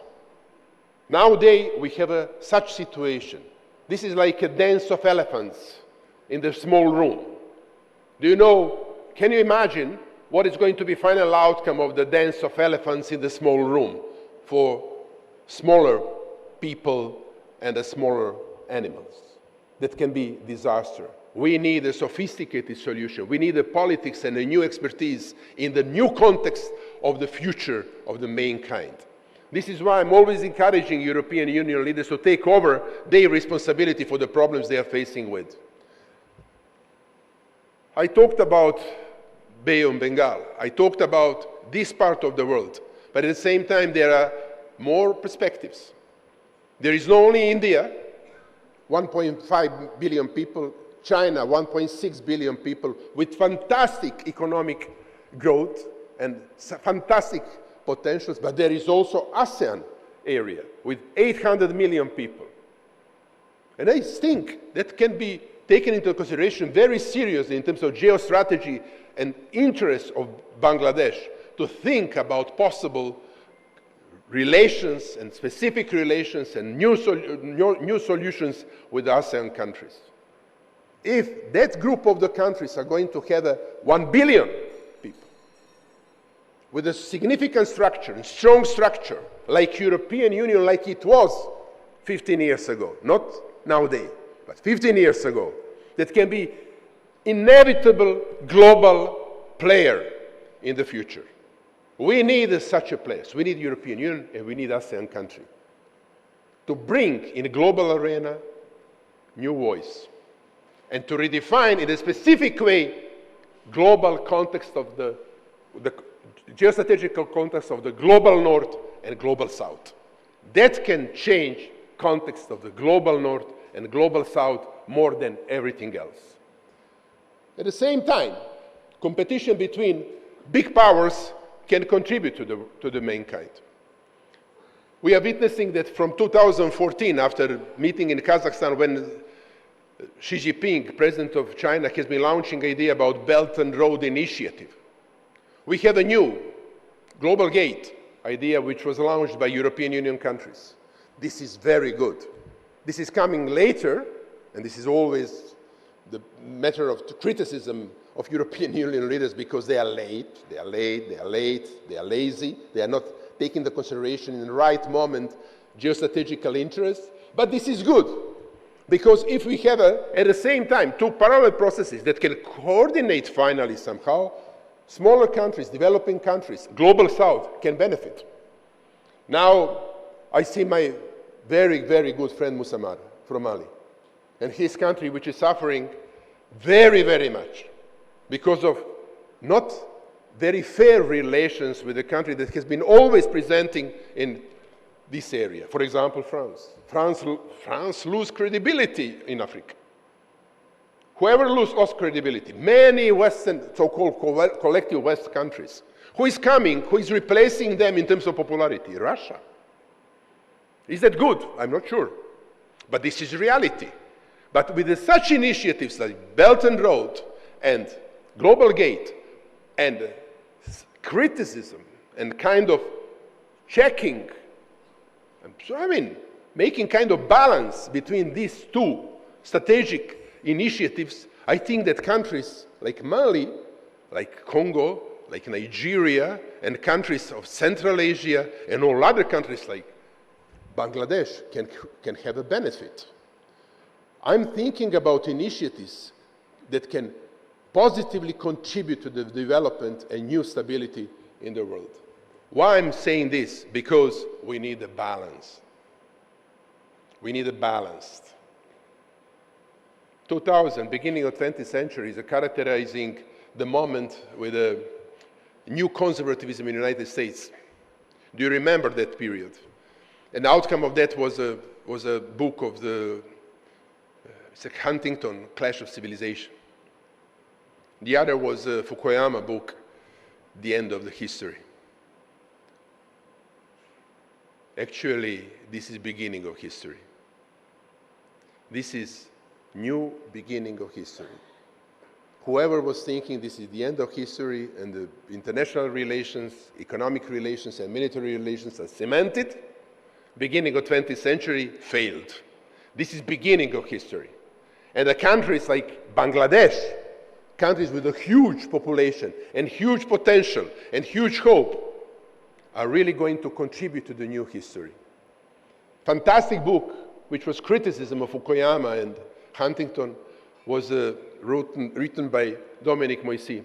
I'm always mentioning that because this is very important to be considered seriously in the future. His answer on the two books and the ideas that we are living in the clash of civilization, which is finally defined because USSR failed, United States won. That book was analyzing something which was totally forgotten in the history of mankind, specifically of the collective West, emotions. His book is a geostrategy of emotions. He mentioned three emotions, strategically very important, geostrategically very important. Fear. European unions get a fear because of new rising stars, for example, China and other countries, India. What is going to be with their supremacy in the world nowadays? Hope for developing countries, Southeast countries, African countries, Central Asian countries, and humiliation. Many countries have been humiliated during the modern history, brutally humiliated. As a former president of Serbia, I have to say also my country was humiliated. Also, we made a lot of mistakes in historical context in 20th century, to be very frank with you. But we were humiliated many times. Humiliation is a very dangerous geostrategical emotion. Do you know why? Because humiliation is going to be contained, deeply contained and memorized by ordinary people. Humiliation is going to make destruction within structure of every single country and ethnic group which was humiliated. And every kind of humiliation is provoking reaction. Reaction can be kind of extremism. And this is very, very dangerous. And whoever is thinking that can rule the world and run the world the way how it was during the colonialism and after that is a failing totally. Because we are not living in the same world. We don't have the same figures. We don't have the same influences. We don't have the same world. We are living at the beginning of the new era. That has to be taken into the consideration very, very seriously. I'm afraid that big powers are not able sometimes to be flexible and to understand what is going on, which era we are facing with, which moment we are facing with. This is very important, extremely important, that this moment must be understood in a proper way. Otherwise, we are all going to pay extremely high price. Otherwise, we are going to pay extremely high price. This is a moment for our common future. This is a moment for our common discussion. This is a moment for our common analysis. This is a moment for the new world orders. This is a moment when we need more multilateralism than ever. More than ever. Ladies and gentlemen, my friends, as I talked with the President, Prime Minister Yunus, interim Prime Minister, we have to help each other. I consider that forum kind of contribution to that behavior. We have to understand better each other. I'm here. I just came this night from the forum from Hong Kong about strategical relations between United States and China. A group of intellectuals were trying to define the new relations and to help how those countries can communicate in the future. From here, I'm going to Baku, COP29, and we are going to talk about climate changes and the protection of environment. From there, I'm going to be in Lisbon on Alliance of Civilization Summit. We have a problem, China and the United States, potential war and conflict, disputes, many disputes. We have a Bangladesh here, country which is on the crossroads after democratic changes, but country that has to find a real way from the situation this country is facing with. Climate changes are changing structure of economy in every single country. My country is affected because of that already. And the Alliance of Civilization, I'm finishing with that. All problems are lying in our cultural aspects. We need more communication and cultural ties. Because of defending our cultural positions with a kind of egoism and narcissism, we are failing very much. And in that respect, every single government has to be able to be flexible and to understand other phenomena and neighboring countries in a different context. Cultural aspect is very important. Important for identity, every single country, but at the same time can be very dangerous for every single country if this country is going to wake up in a kind of nationalism. I am very much in favor of identity issue, but I'm very much against nationalism. In that context, I'm proposing to you to take into consideration what I said and kind of criticism also that can be taken into the consideration in the serious way, and I'm not going to give up from such a forums and try to help to every single country in the world finding better solutions for the future. Thank you very much for your attention.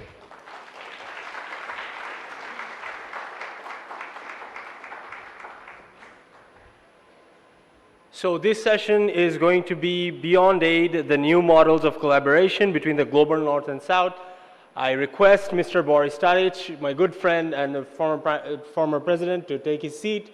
And then I want Mr. Park Young-sik, the ambassador of the Embassy of Republic of Korea in Bangladesh, to take his seat.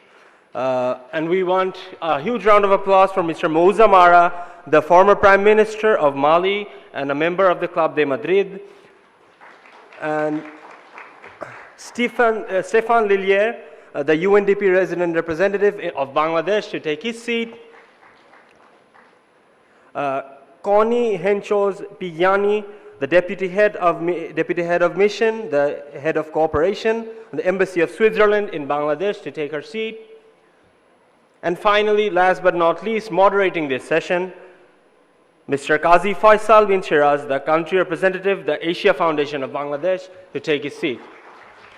Thank you.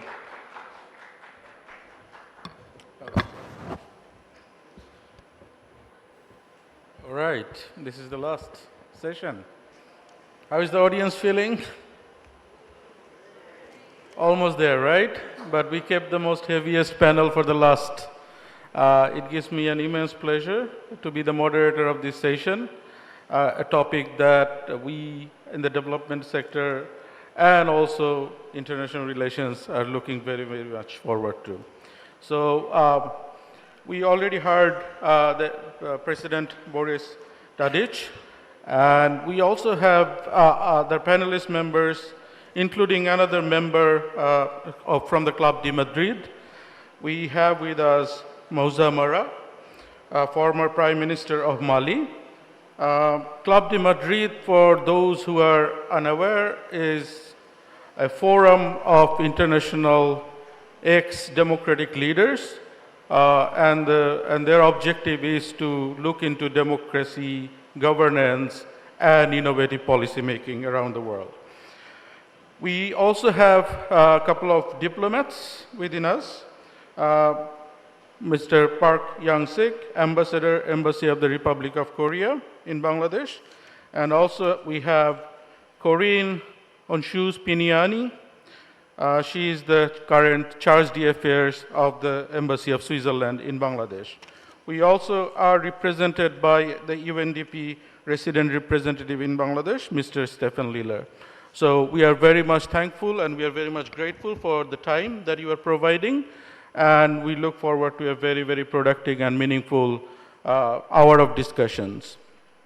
So we heard Mr. Boris Tadic, and one of the things that struck me the most when, of course, is towards the end when he said we need more multilateralism.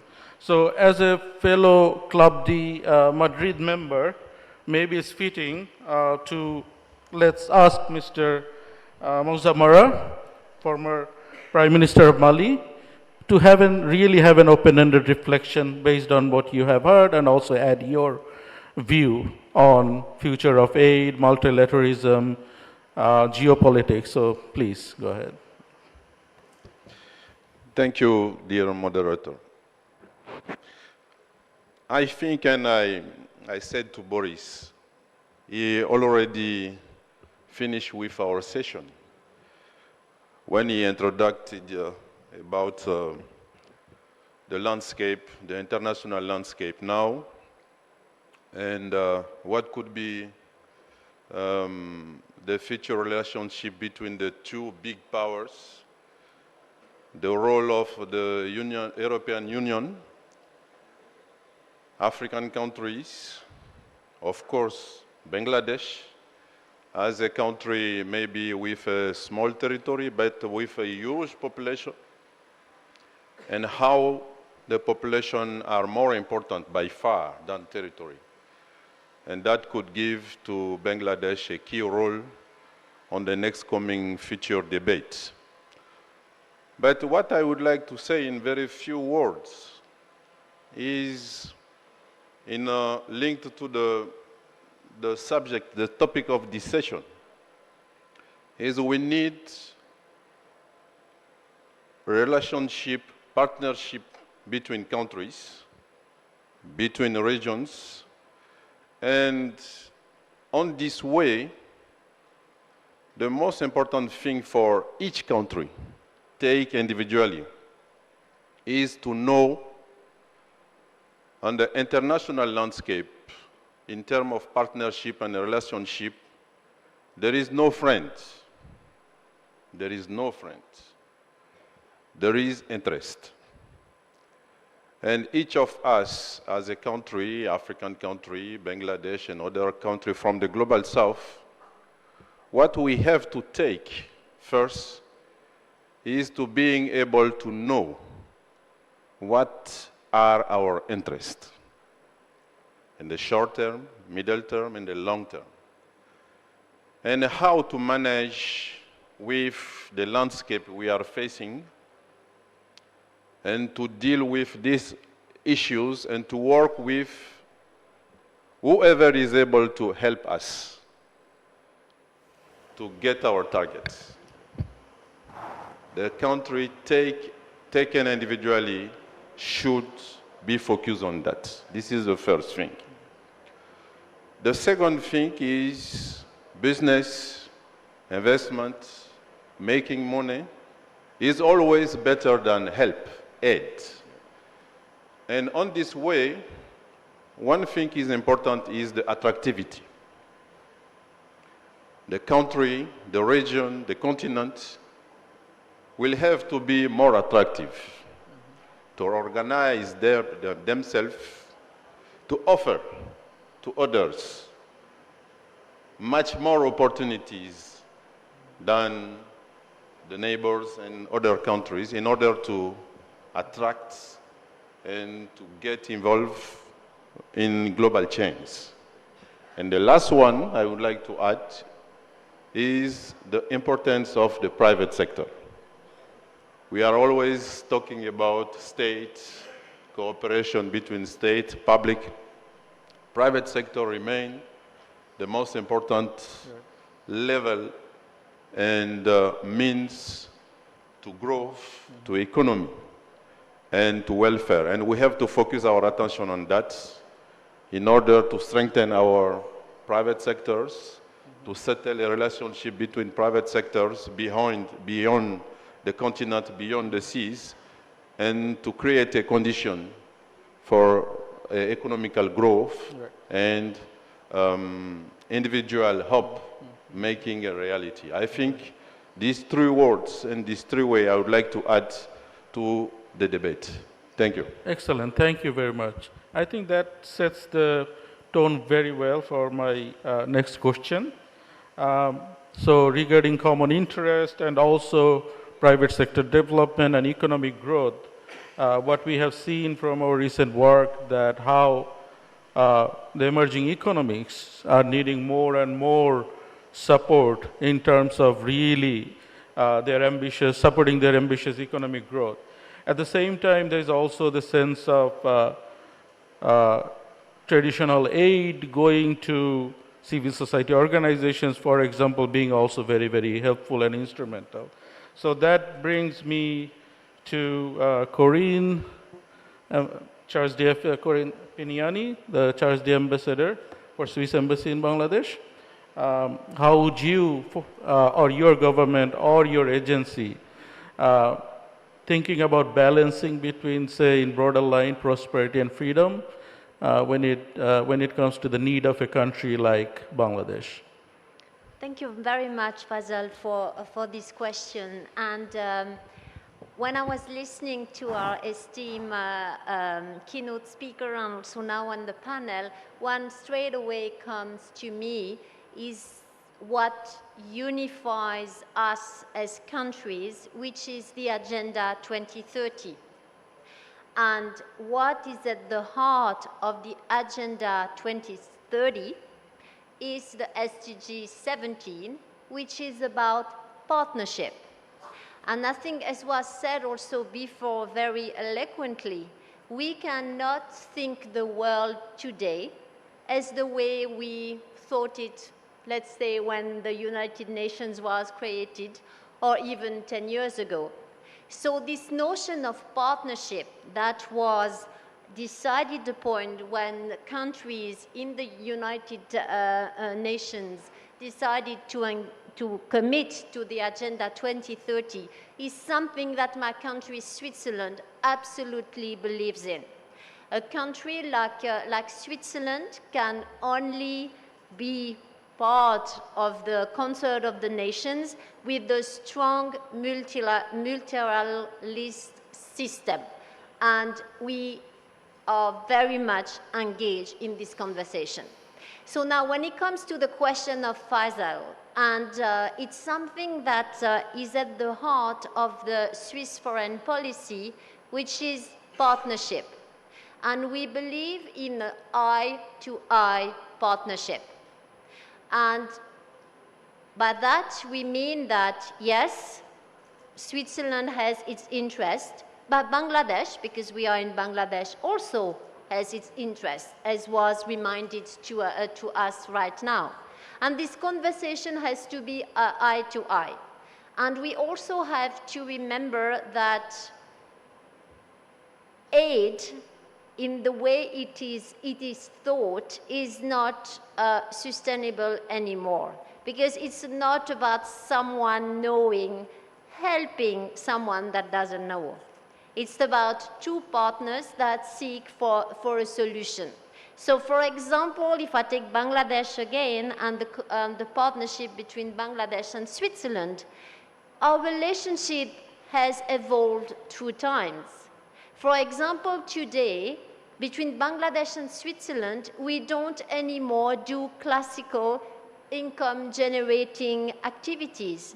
We work on access to market. We work on impact investing. We worked on access to finance. We worked on knowledge transfer. And this is, we think, together with our Bangladeshi partners, a very good way forward. And we will continue to evolve. And now with the transition that Bangladesh has embarked upon, new ways of being partners together are going, to be developed. What I also want to stress is that partnership is about inclusivity. And I think today in this world, we cannot anymore talk about pockets of poverty only in the so-called global south. We have a challenge globally with the left behind people. And so this vision of the Agenda 2030 to leave no one behind should also be the compass of what we are trying to achieve together. And of course, being the woman on the panel, I'm also going to strengthen the SDG 5. The inclusivity of also different gender, different age, and different perspective. So that's what I wanted to share with you, Faisal. Thank you. No, thank you so much. Now I move to Ambassador Park Young-sik to bring in a bit of different flavor. So there has been a lot of talk about middle power coming as a kind of new force of both finance, inspiration, and knowledge transfer. And it is also in a fragmented world, as we can see the title of this event, creates an opportunity for emerging economies to look into a less politically inclined way of thinking while there are battles happening between superpowers. So your reflection on how South Korea does play that role very well, private sector, technology transfer, and issues like that. Thank you, moderator. Thank you also for giving me a chance to speak about collaboration between global North and South. I'll talk three aspects. The first one is that how Korea can play a role or contribute. Second one is that how multilateralism can be maintained in the face of a growing influence of the global South. Last one, what collaboration between global North and South means for Bangladesh, especially in terms of the Rohingya refugees. The first one is that how Korea can contribute. Tapping into our experience of having achieved industrialization and democratization in a single generation, Korea is a unique position to play a critical role in bridging the global North and South. Foreign policy of current Korean government is vision to become global pivotal states, contributing to freedom, peace, and prosperity around the world. The more than 40% of the increase of our ODA this year is the single most visible action of our seriousness as a global pivotal state. Korea will act on our commitment to humanitarian assistance. Since 2017, Korea has annually provided humanitarian aid of 3 to 5 million US dollar for the Rohingya refugees and the communities in Bangladesh. The funding of the humanitarian aid was increased to $10 million this year. The next one is that public-private partnership, harnessing the dynamism and entrepreneurship of private sector was a key ingredient in Korea's economic transformation. In tandem with the increase in public resources through ODA, Korea will use its capacity as a convener to encourage the catalytic investment from the private sector. KOICA is called Korea International Cooperation Agency, is also the promoting innovative development cooperation projects with domestic setup and small, medium, and large enterprises. These projects are expected to grow in private investment through blended finance and play a catalytic role in closing financing gap while leveraging private expertise and technology. Now, second one is that how multilateralism can be maintained. As we know, the multilateral system has long stood as the cornerstone of global peace and prosperity. Multilateralism enables our collective cooperation to achieve shared benefits and address common challenges. However, sadly, multilateral framework is now being tested like never before at a time when cascading global challenges call for stronger multilateralism. The world cannot afford a retreat from multilateralism. For instance, according to IMF report last year, trade fragmentation could cost up to 7% of global output. Therefore, we must continue to strengthen and reform the international institutions that lies at the heart of a multilateral system. First, we must keep on the momentum of reform of the Multilateral Development Bank, MDBs. The MDBs are the key driving force in the global effort to fight poverty and promote sustainable growth in the global south. MDBs need to be bigger, bolder, and better if they are to effectively address challenges such as pandemics and climate change, which take heavier tolls on low-income countries. The MDBs need to have a broader mandate. Their operating model should be enhanced, and their financing capacity needs to be strengthened. Now I'm talking about WTO. We must continue to strengthen rule-based multilateral trading system with the WTO at its core. The pressing global challenges we face today, including climate change and global inequalities, have a serious trade implications. Accordingly, WTO needed to be more relevant to tackle them. The conclusion of Investment Facilitation Development Agreement at WTO was a milestone achievement for WTO. The agreement will help low-income countries, in particular, to harness foreign investment as a driving force for the long-term growth. So, last one, what collaboration between global North and South means for Bangladesh? I only talked about the BRICS in terms of Bangladesh. I think that being the member of the BRICS means that taking bigger role and responsibilities. As we know, Bangladesh has accommodated more than 1 million Rohingya refugees since August 2017. Frankly speaking, there is no feasible or realistic solution at this point. However, we shall make best effort to deal with the issue. Rohingya crisis is a threat, not just Bangladesh, but the region and beyond. It means that China and India should play a bigger role, as the foreign advisor emphasized at this forum last Saturday. Also, Rohingya refugees also a crisis to Muslim world.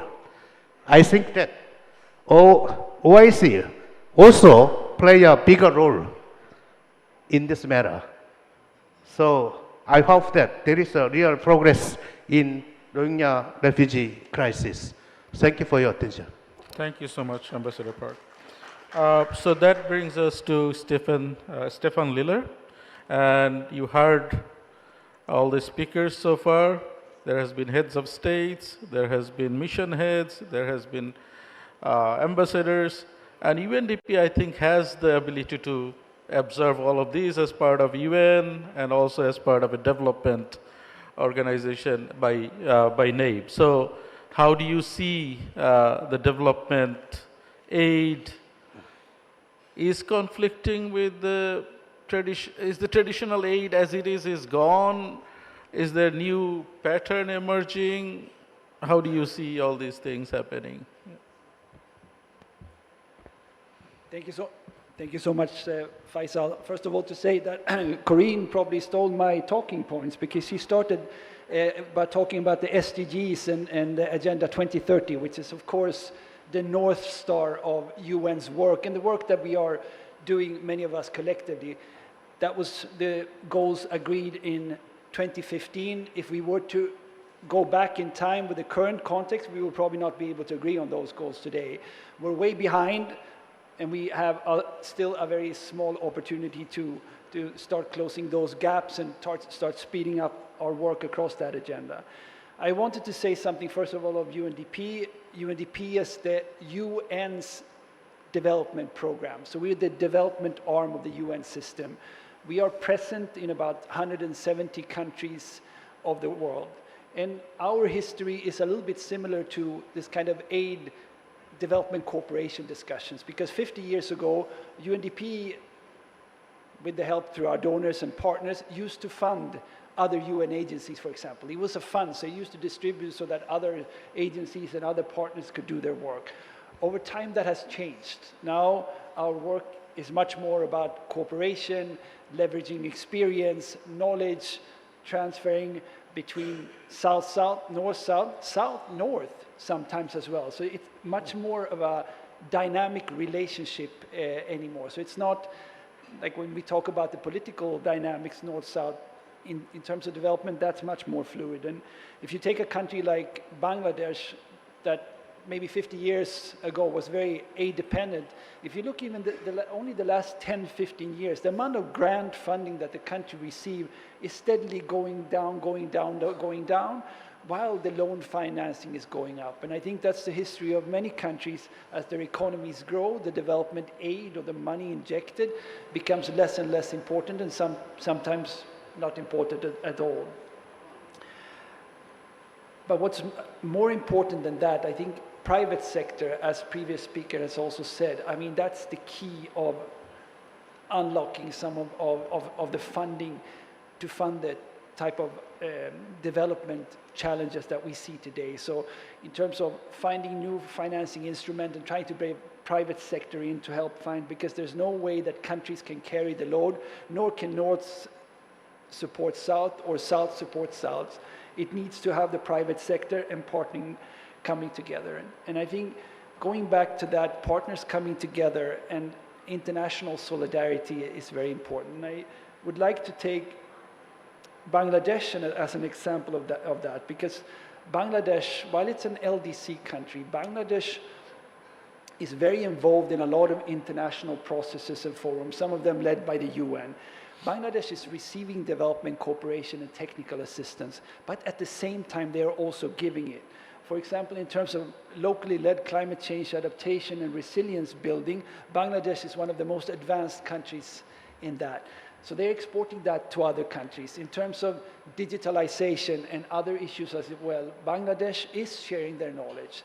And something that I believe most of you wouldn't know, Bangladesh is also contributing financially to the international system. So Bangladesh is actually one of the 20 top core donors to UNDP. They're actually funding UNDP so we can work in other countries around the world to also bring development solutions and respond to conflict. So I think this is also very important to look at. It doesn't matter where you are in terms of your own development or your income level. It's what you can contribute in funding, in knowledge, and experience with others is what counts. Of course, we cannot, in a discussion around aid and beyond aid, not mention issues around trade. And colleagues on the panel have also mentioned that. And if you only would take ASEAN, that in 2003 exported $871 million in 2023, that same ASEAN exported $3.5 trillion, of which 22% was between the same member countries. So a lot of the potential and a lot of the opportunities is in terms of unlocking that trade between countries and between regions. But we also have to think about a new architecture for international development cooperation. I think it's quite popular to discuss that now with the reform of the Bretton Woods institution, the reform of the UN as well.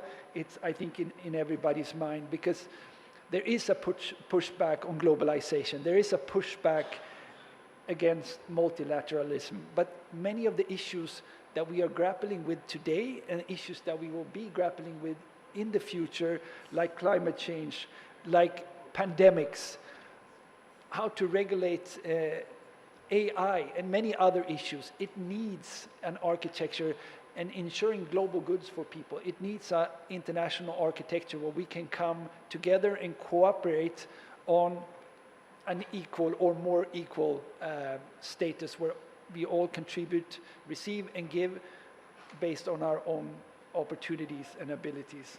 So thank you so much. Thank you. That was very insightful. Mr. Boris Tadic, you have already given us a very gracious keynote speak. So I would also like to ask you if there's anything that you would like to have a follow-up, some afterthoughts, listening to all the panelists. And also when I was listening to your speech, I was thinking about asking you, how do you see that aid, multilateralism, doesn't, so there's a lot of economic need in many economic infrastructure, related aid, loan, that is understandable. But how does then your vision of multilateralism work without also compromising on good governance, democracy, and issues like that? In general, I consider that I talked too long, and I mean, other panelists much more important right now to deliver their thoughts. But about just a few, one observation about multilateralism. We need a new world orders, without which we cannot imagine new multilateralism system of United Nations. But the problem is who is going to implement these new orders. The countries that have a significant dispute exactly on functioning new orders in the world in the future. And this is why I'm not very optimistic in that respect. If we are not going to have a new world orders, we are going to live in the long interim period. In that interim period, no one is going to be able to define what is acceptable, what is not acceptable. Do we respect territorial integrity of every single country or not? What about World Trade Organization? What about trading? Whether we are going to arrest some significant business people from the country which is game changer in some economies, for example, telecommunications sector or digitalization, something like that. This is the dilemma we are facing with, and I don't have a real answers on that.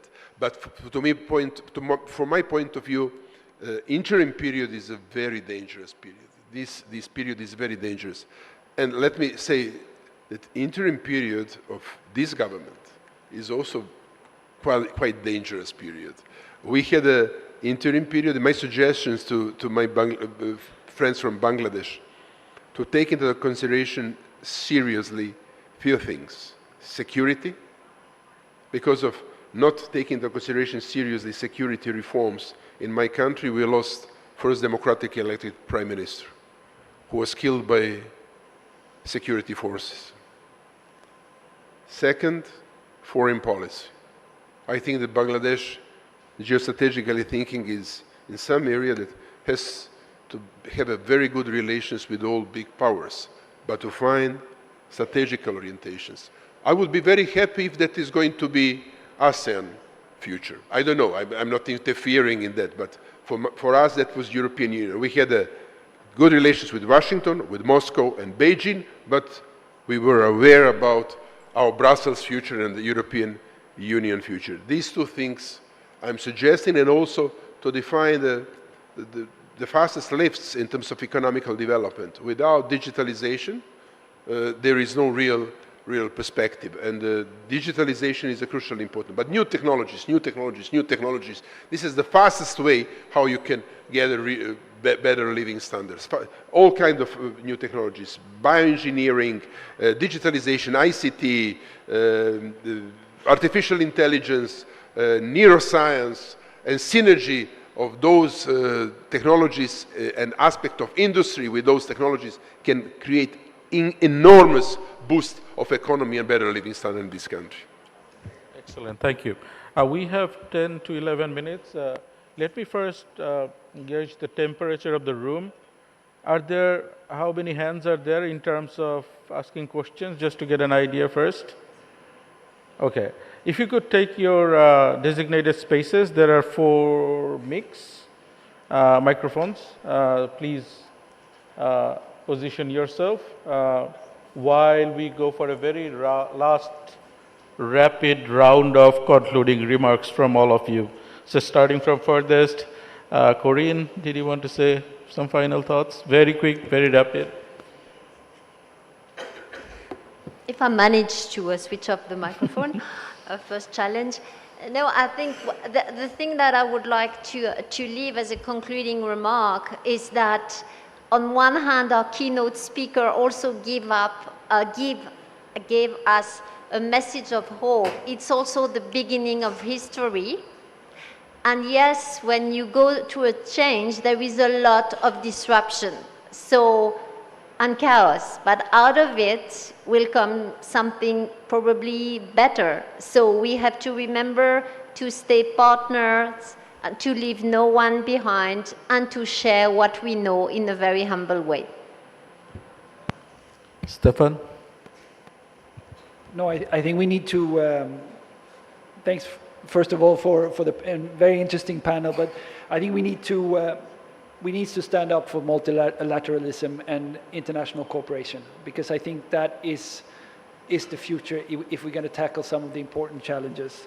So we need to stand up for that. We need to dig our heels in on that one, while at the same time trying to improve the institutions we have. They're not perfect, any of them, and that's why I think many of us are working every day to make them better. But let's bet on international cooperation, solidarity, and friendly interaction between countries. Yeah. Prime Minister? I would reiterate what I said. The first is, as a country, as a region, as a continent, we have to know our own interest in the short term, middle term, and the long term, and to try to work with all opportunities available to get this target reached. This is first. The second, we have to work on attractivity. Different thing about attractivity. And the last one, to strengthen the private sectors. The role for the state could be to stay behind, to organize things, to settle maybe a foreign policy, a geostrategical policy, but the engine will stay the private sector. We have to help private sector and to settle partnership between different private sector over the seas. I think those things could help us to get economical growth and to make our people happy. Excellent. Mr. President? Okay. Mr. Ambassador? I'm watching this drone. I hope this is not military drone. So, if you want to emphasize the role of the private sector, yes, I agree. This is very important. So, Korea has a technology, so Korea can maybe make effort to transform technology in some areas. This is which area can Korea play a role. Another is that regarding technology, everybody now talking about new technology. However, I'm emphasizing that Bangladesh has a very huge population. It means that Bangladesh needs to promote light industry and manufacturing sector in order to accommodate more population in job. Right. So job creation most important to Bangladesh. So R&D sector still most important about Bangladesh. So, but now the problem is that the cost of R&D sector is too fast. So I worry. I have some fear that Bangladesh might try to losing the price competitiveness to other countries. So this is my, I'd like to emphasize. Thank you very much. Very enlightening. Now let's see how many questions we can squeeze in. So yes, please go ahead. Introduce yourself. If you have any designated speaker who you would like to answer, also let us know.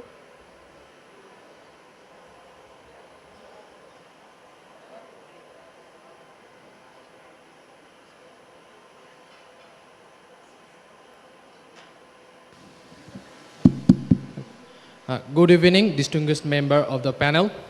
I am Taposh Bhanju, currently studying public administration at University of Dhaka. So I have found in the internet that according to DAVEX, the countries of Global South need almost $1 trillion by 2030 to address the climate and development issues.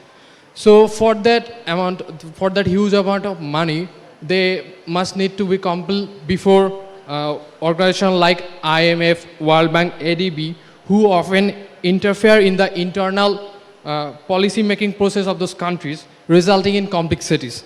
So my question to the panel is that does the panel believe that a well-designed financial collaboration between Global South and North countries is imminent and necessary, respecting the sovereignty of respecting the political sovereignty of the peripheral countries? Thank you. Yep. We'll take a few more questions. Thank you. Yes, please. Yeah. Admiral Awal, former ambassador and also associated with the Maritime Think Tank. Thank you, panel, for enlightening us. Excellency, former Serbian President Boris Studies.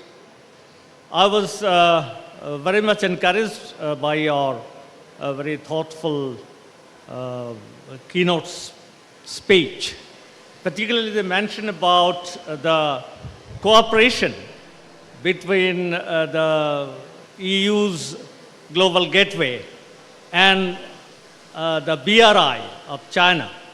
I mean, this is something difficult to conceptualize right now.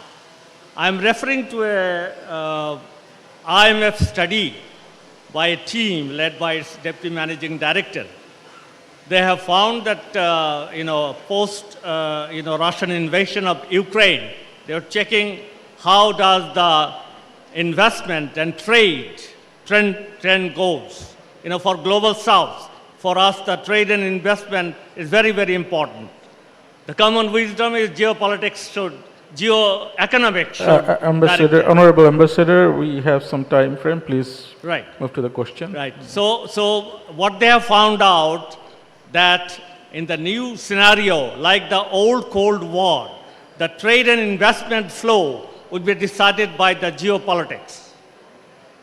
So that's the issue here, and the geopolitics has become so toxicized that it's very difficult how that goes. That's how between the blocks, China plus friends, US plus friends and allies, between them, the future scope of trade and investment will be reduced.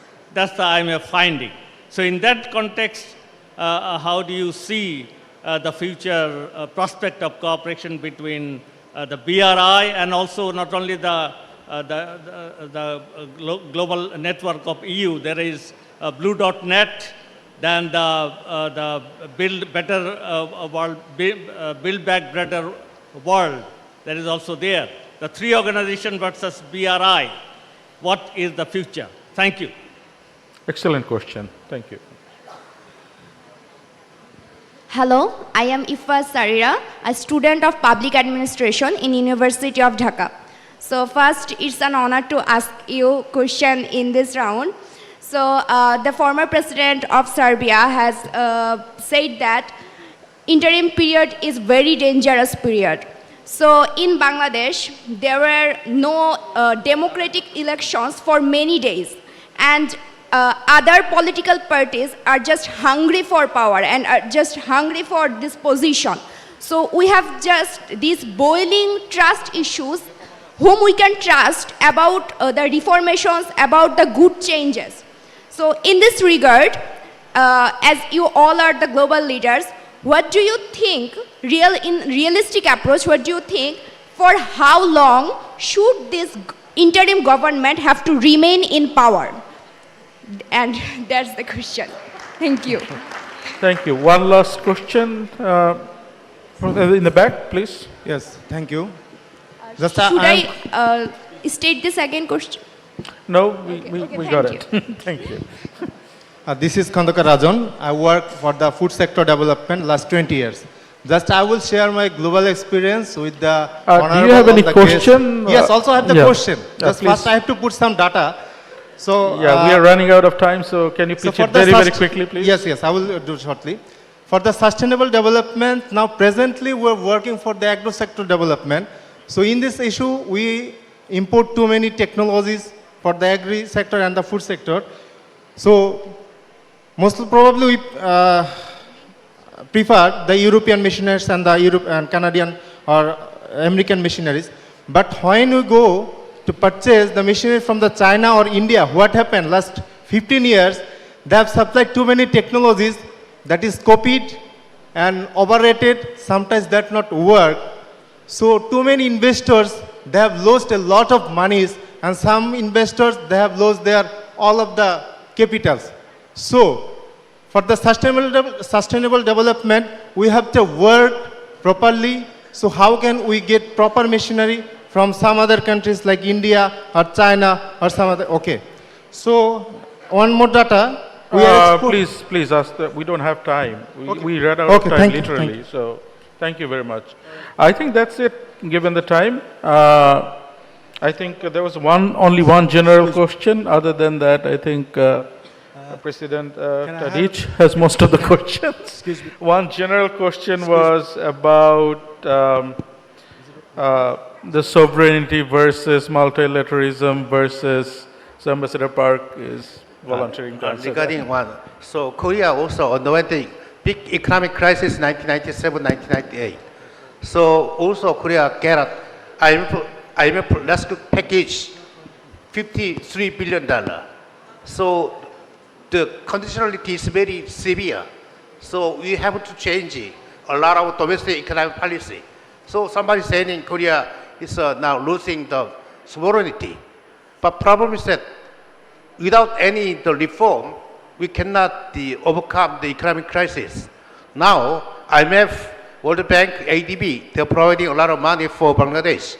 Also, especially IMF, they are asking some conditionality, especially now asking few areas. One is that energy subsidy cut. Number two is tax revenue collection. Number three, the banking sector. Banking sector much pressure in Bangladesh. So in those three areas, Bangladesh needed to improve. Without improve this one, Bangladesh economy cannot make Bangladesh economy cannot be the sustainable and the vibrant or resilient. So I don't think so. This kind of the reform of those three sectors is losing sovereignty. Thank you. Excellent, thank you. Anyone else wants to, before, I think I would have the President Tadic coming the last, so yeah. Anyone else wants to take any of the question or? No, okay. I will try. I don't know how long has to work interim government. This is depend on the people in the Bangladesh, but I know what they have to do. They have to prepare normal conditions for normal democratic elections. This is very important. After 2012 in my country, we had 12 years of normal democratic elections. But after 2012, we don't have a normal conditions. And right now, opposition in Serbia is fighting for normal conditions for democratic elections. Because taking into consideration new technologies nowadays, everyone who is on the power can manipulate with the waters and create many, many specific tensions. This is what I talked with my friend who is taking huge responsibility. He's a brilliant person. I know him for many, many years, but he's facing with many problems. But also, it takes some time and patience, but we from the international community, from this forum, we can help with our experience how you can improve your conditions for the normal elections. About cooperation between global initiatives. I'm not saying that they are going to cooperate in a formal way, but if they are working in a parallel way, this is kind of cooperation in the final outcome, because outcome is going to be more infrastructure in Mali, more infrastructure in Central Asia, more infrastructure in Eastern Europe. In my country, for example, Eastern European countries are cooperating with Belt and Road Strategy. This is 17+1, and we are building highways, fast railway, and everything else. This is good. This is necessarily for all of us in order to reach better living standard and also more stable society. If they are not cooperating formally, final outcome, but if they are competing, final outcome is going to be very good for the mankind. Yes, please. Mr. Prime Minister. I would like to maybe add some few things about the interim period, because my own country is living on the transitional period. And the most important thing is not the time to fix. And in our own experience, we fix at the starting 2 years. But we are now more than 4 years in the interim period. And I am not sure he is going to finish the next coming month. The most important thing is the different goals to be reached during this period, and to fix the different steps toward this goal, and to organize the consensus around that. The consensus is the best thing during the interim period. Political parties are always in a hurry to run for the election and to be in the power. But the most important thing for the country is the state, the interim government, civil society, political party, maybe security forces, together make a consensual agreement about what to be done during this period, how to check it, how to fix it, and how to validate it before organizing the election. And then the term will come. I think this is the best way to run this kind of period. Well, Excellencies, honorable representatives, it has been an absolute honor to be in the same podium with you, listening to you. Very insightful discussion, and I hope the audience also enjoyed the discussion. With that, our session comes to an end, and this is the last session, right? So it has been an absolute honor also for me as a development partner to be associated with Zillur Bhai's Bay of Bengal Conversations, CGS, for the last 3 years. Thank you very much. Have a nice evening. Thank you, esteemed speakers. I would request all of you to get in front of the stage to take a group photo. And now, as we come to the end of the Bay of Bengal Conversation 2024, there's this saying in Bangla, we say, Dane Dane Tin Dan. That means that the third rendition is always the best. So this is the third rendition.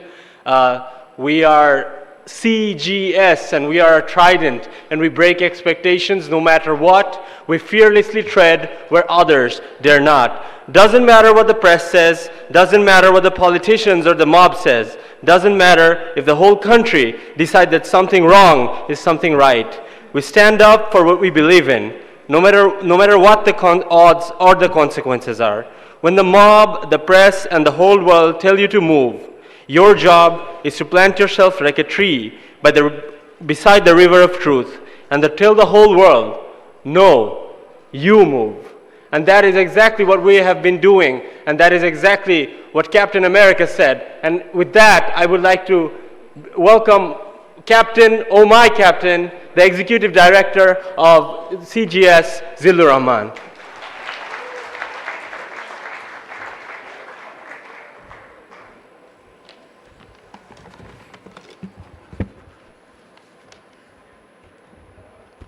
Thank you, Reid. Thank you so much. Ladies and gentlemen, esteemed guests and dear friends, as we gather to conclude the third Bay of Bengal conversation, my heart swells with gratitude and hope. These past 3 days have been nothing short of transformative, a reflection of the power of dialogue and the enduring commitment of individuals and institutions to work together for a better, more united future. This year's theme, A Fractured World, resonated deeply across every session. Together we have delved into issues that transcend borders, shifting global geopolitics, the urgent need for climate resilience, the pursuit of inclusive economic growth, and the complex role of technology in shaping our societies. These conversations have been rich, bold, and deeply inspiring, paving the way for fresh ideas and collaborative solutions. First and foremost, I want to extend my heartfelt thanks to Professor Muhammad Yunus, the Chief Advisor of Bangladesh. His inspiring inaugural address set the tone for these discussions and reminded us of the critical role of courage and vision in building a bright future. I also want to take a moment to thank some of our most esteemed guests whose contributions, whether in person or online, have added immeasurable value to this platform. President George Quiroga, Prime Minister Mahathir Mohamad, President Boris Tadis, and Prime Minister Musa Mara. Your presence here, your wisdom, and your unwavering dedication to fostering global dialogue have embraced this event and elevated its purpose. Thank you. I would also like to extend my deepest gratitude to the distinguished advisors, former heads of state, ministers, members of parliaments, heads of missions, academic experts, and civil society representatives who joined us from across the globe. Your insights, your leadership, and your unwavering commitment to addressing our shared challenges have made this platform what it is. Without your contributions, the Bay of Bengal conversation would not hold the significance it does today. And now, a special mention to someone who holds a unique place in the history of the Bay of Bengal conversation. The former US Ambassador to Bangladesh, Peter de Haas. Ambassador Haas played an instrumental role in bringing this platform to life. His belief in the vision of the Center for Governance Studies, CGS, never wavered, even in the face of significant challenges. In a time when CGS faced persecution and immense pressure, Ambassador Haas stood by us, not only through words, but with actions that spoke volumes. He personally wore the CGS lanyard. You know the lanyard? This is the lanyard. Okay. CGS lanyard to official state meetings with the previous government, a quiet yet powerful gesture to protest and solidarity. For his courage, his conviction, and his role in making this gathering a reality, we owe him an enormous debt of gratitude. Reflecting on the journey of this year's conversation, I am reminded of the rapidly evolving situation in Bangladesh. The Bangladesh of today is vastly different from just 1 year ago, just a few months ago. We are witnessing a period of transformation driven by the courage and resilience of our people. This openness and willingness to engage in dialogue under the interim government made it possible for us to convene this event despite limited preparation time, only 2 months. However, the path forward remains uncertain. Will this spirit of inclusivity endure? Will dialogue and collaboration continue to guide our nation's future? Only time will tell. It is our collective responsibility to ensure that platforms like the Bay of Bengal conversation remain vital spaces for fostering understanding, cooperation, and progress. I would also like to take a moment to extend our deepest gratitude to the Pan-Pacific Shonargan Hotel, which has been the home of the Bay of Bengal conversation since its inception. Their exceptional hospitality, professionalism, and unwavering support have been instrumental in making this event a success year after year. Looking to the future, I'm delighted to announce that the next Bay of Bengal conversation will be held from October 25 to 27, 2025. Mark your calendars, because we will gather again to continue these critical discussions, deepen our partnerships, and explore new opportunities for collaboration. Finally, let me thank all of you, our speakers, participants, delegates, partners, sponsors, and allies, for your invaluable contributions to this platform. Your presence, your insights, and your commitment to building a better world are what make this initiative so impactful. Together, we are creating a space for track 2 diplomacy that is essential for progress in the Bay of Bengal region and beyond. As we close this chapter and look toward the next, let us carry forward the energy, ideas, and optimism that have defined these past 3 days. The work we do here is not an end in itself. It is the beginning of solutions, partnerships, and a shared future built on mutual respect and collaboration. Before we conclude, I must take a moment to recognize the incredible team behind this event, the team that brings this platform to life year after year. Their dedication, passion, and tireless efforts have not only made this year's Bay of Bengal conversation possible, but have also ensured that it continues to grow and evolve.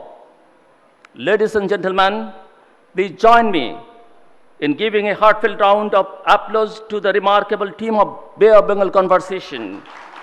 Without their hard work, this event would not have been possible. And now, I would like to invite them in front of the stage to share this moment with us. Thank you, and I look forward to seeing you all next October. Safe travels, and may the spirit of this gathering guide us all in the months ahead. Now I'd like to invite my colleagues alphabetically: Abu Al Said, Apon Johir, Arman Mia, Bahauddin Ahmed,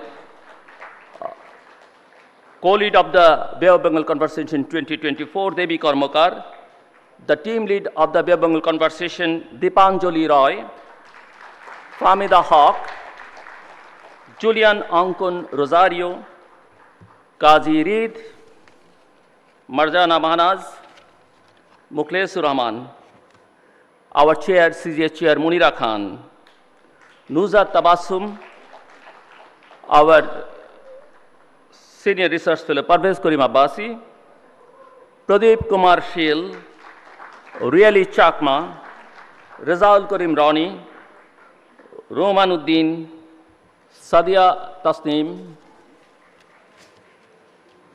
Sadia, where is she? Sanjoy Devnath, Shamsul Arif Fahim, Shahabuddin Khan, Shurat Rana Rushmi, Shubir Das, Sain Shukyo. Look at the team and the diversity.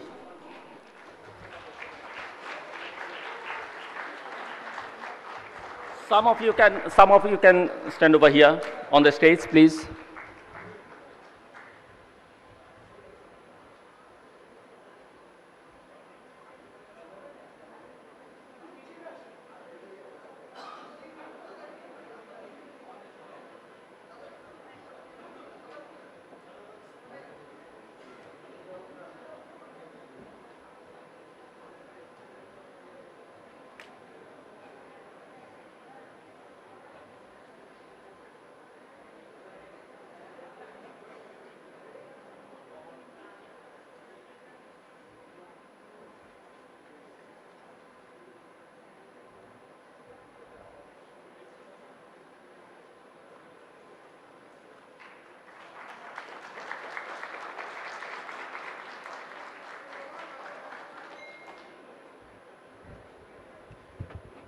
Done?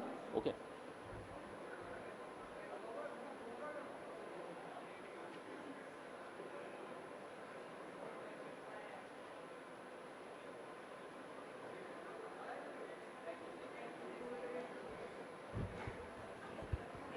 Thank you all. You know Oasis, and Oasis is waiting for you for tea and coffee.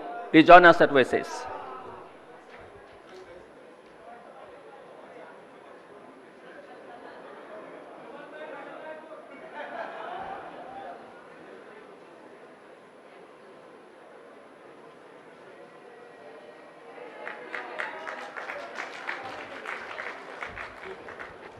Please join us at the Oasis for tea and coffee.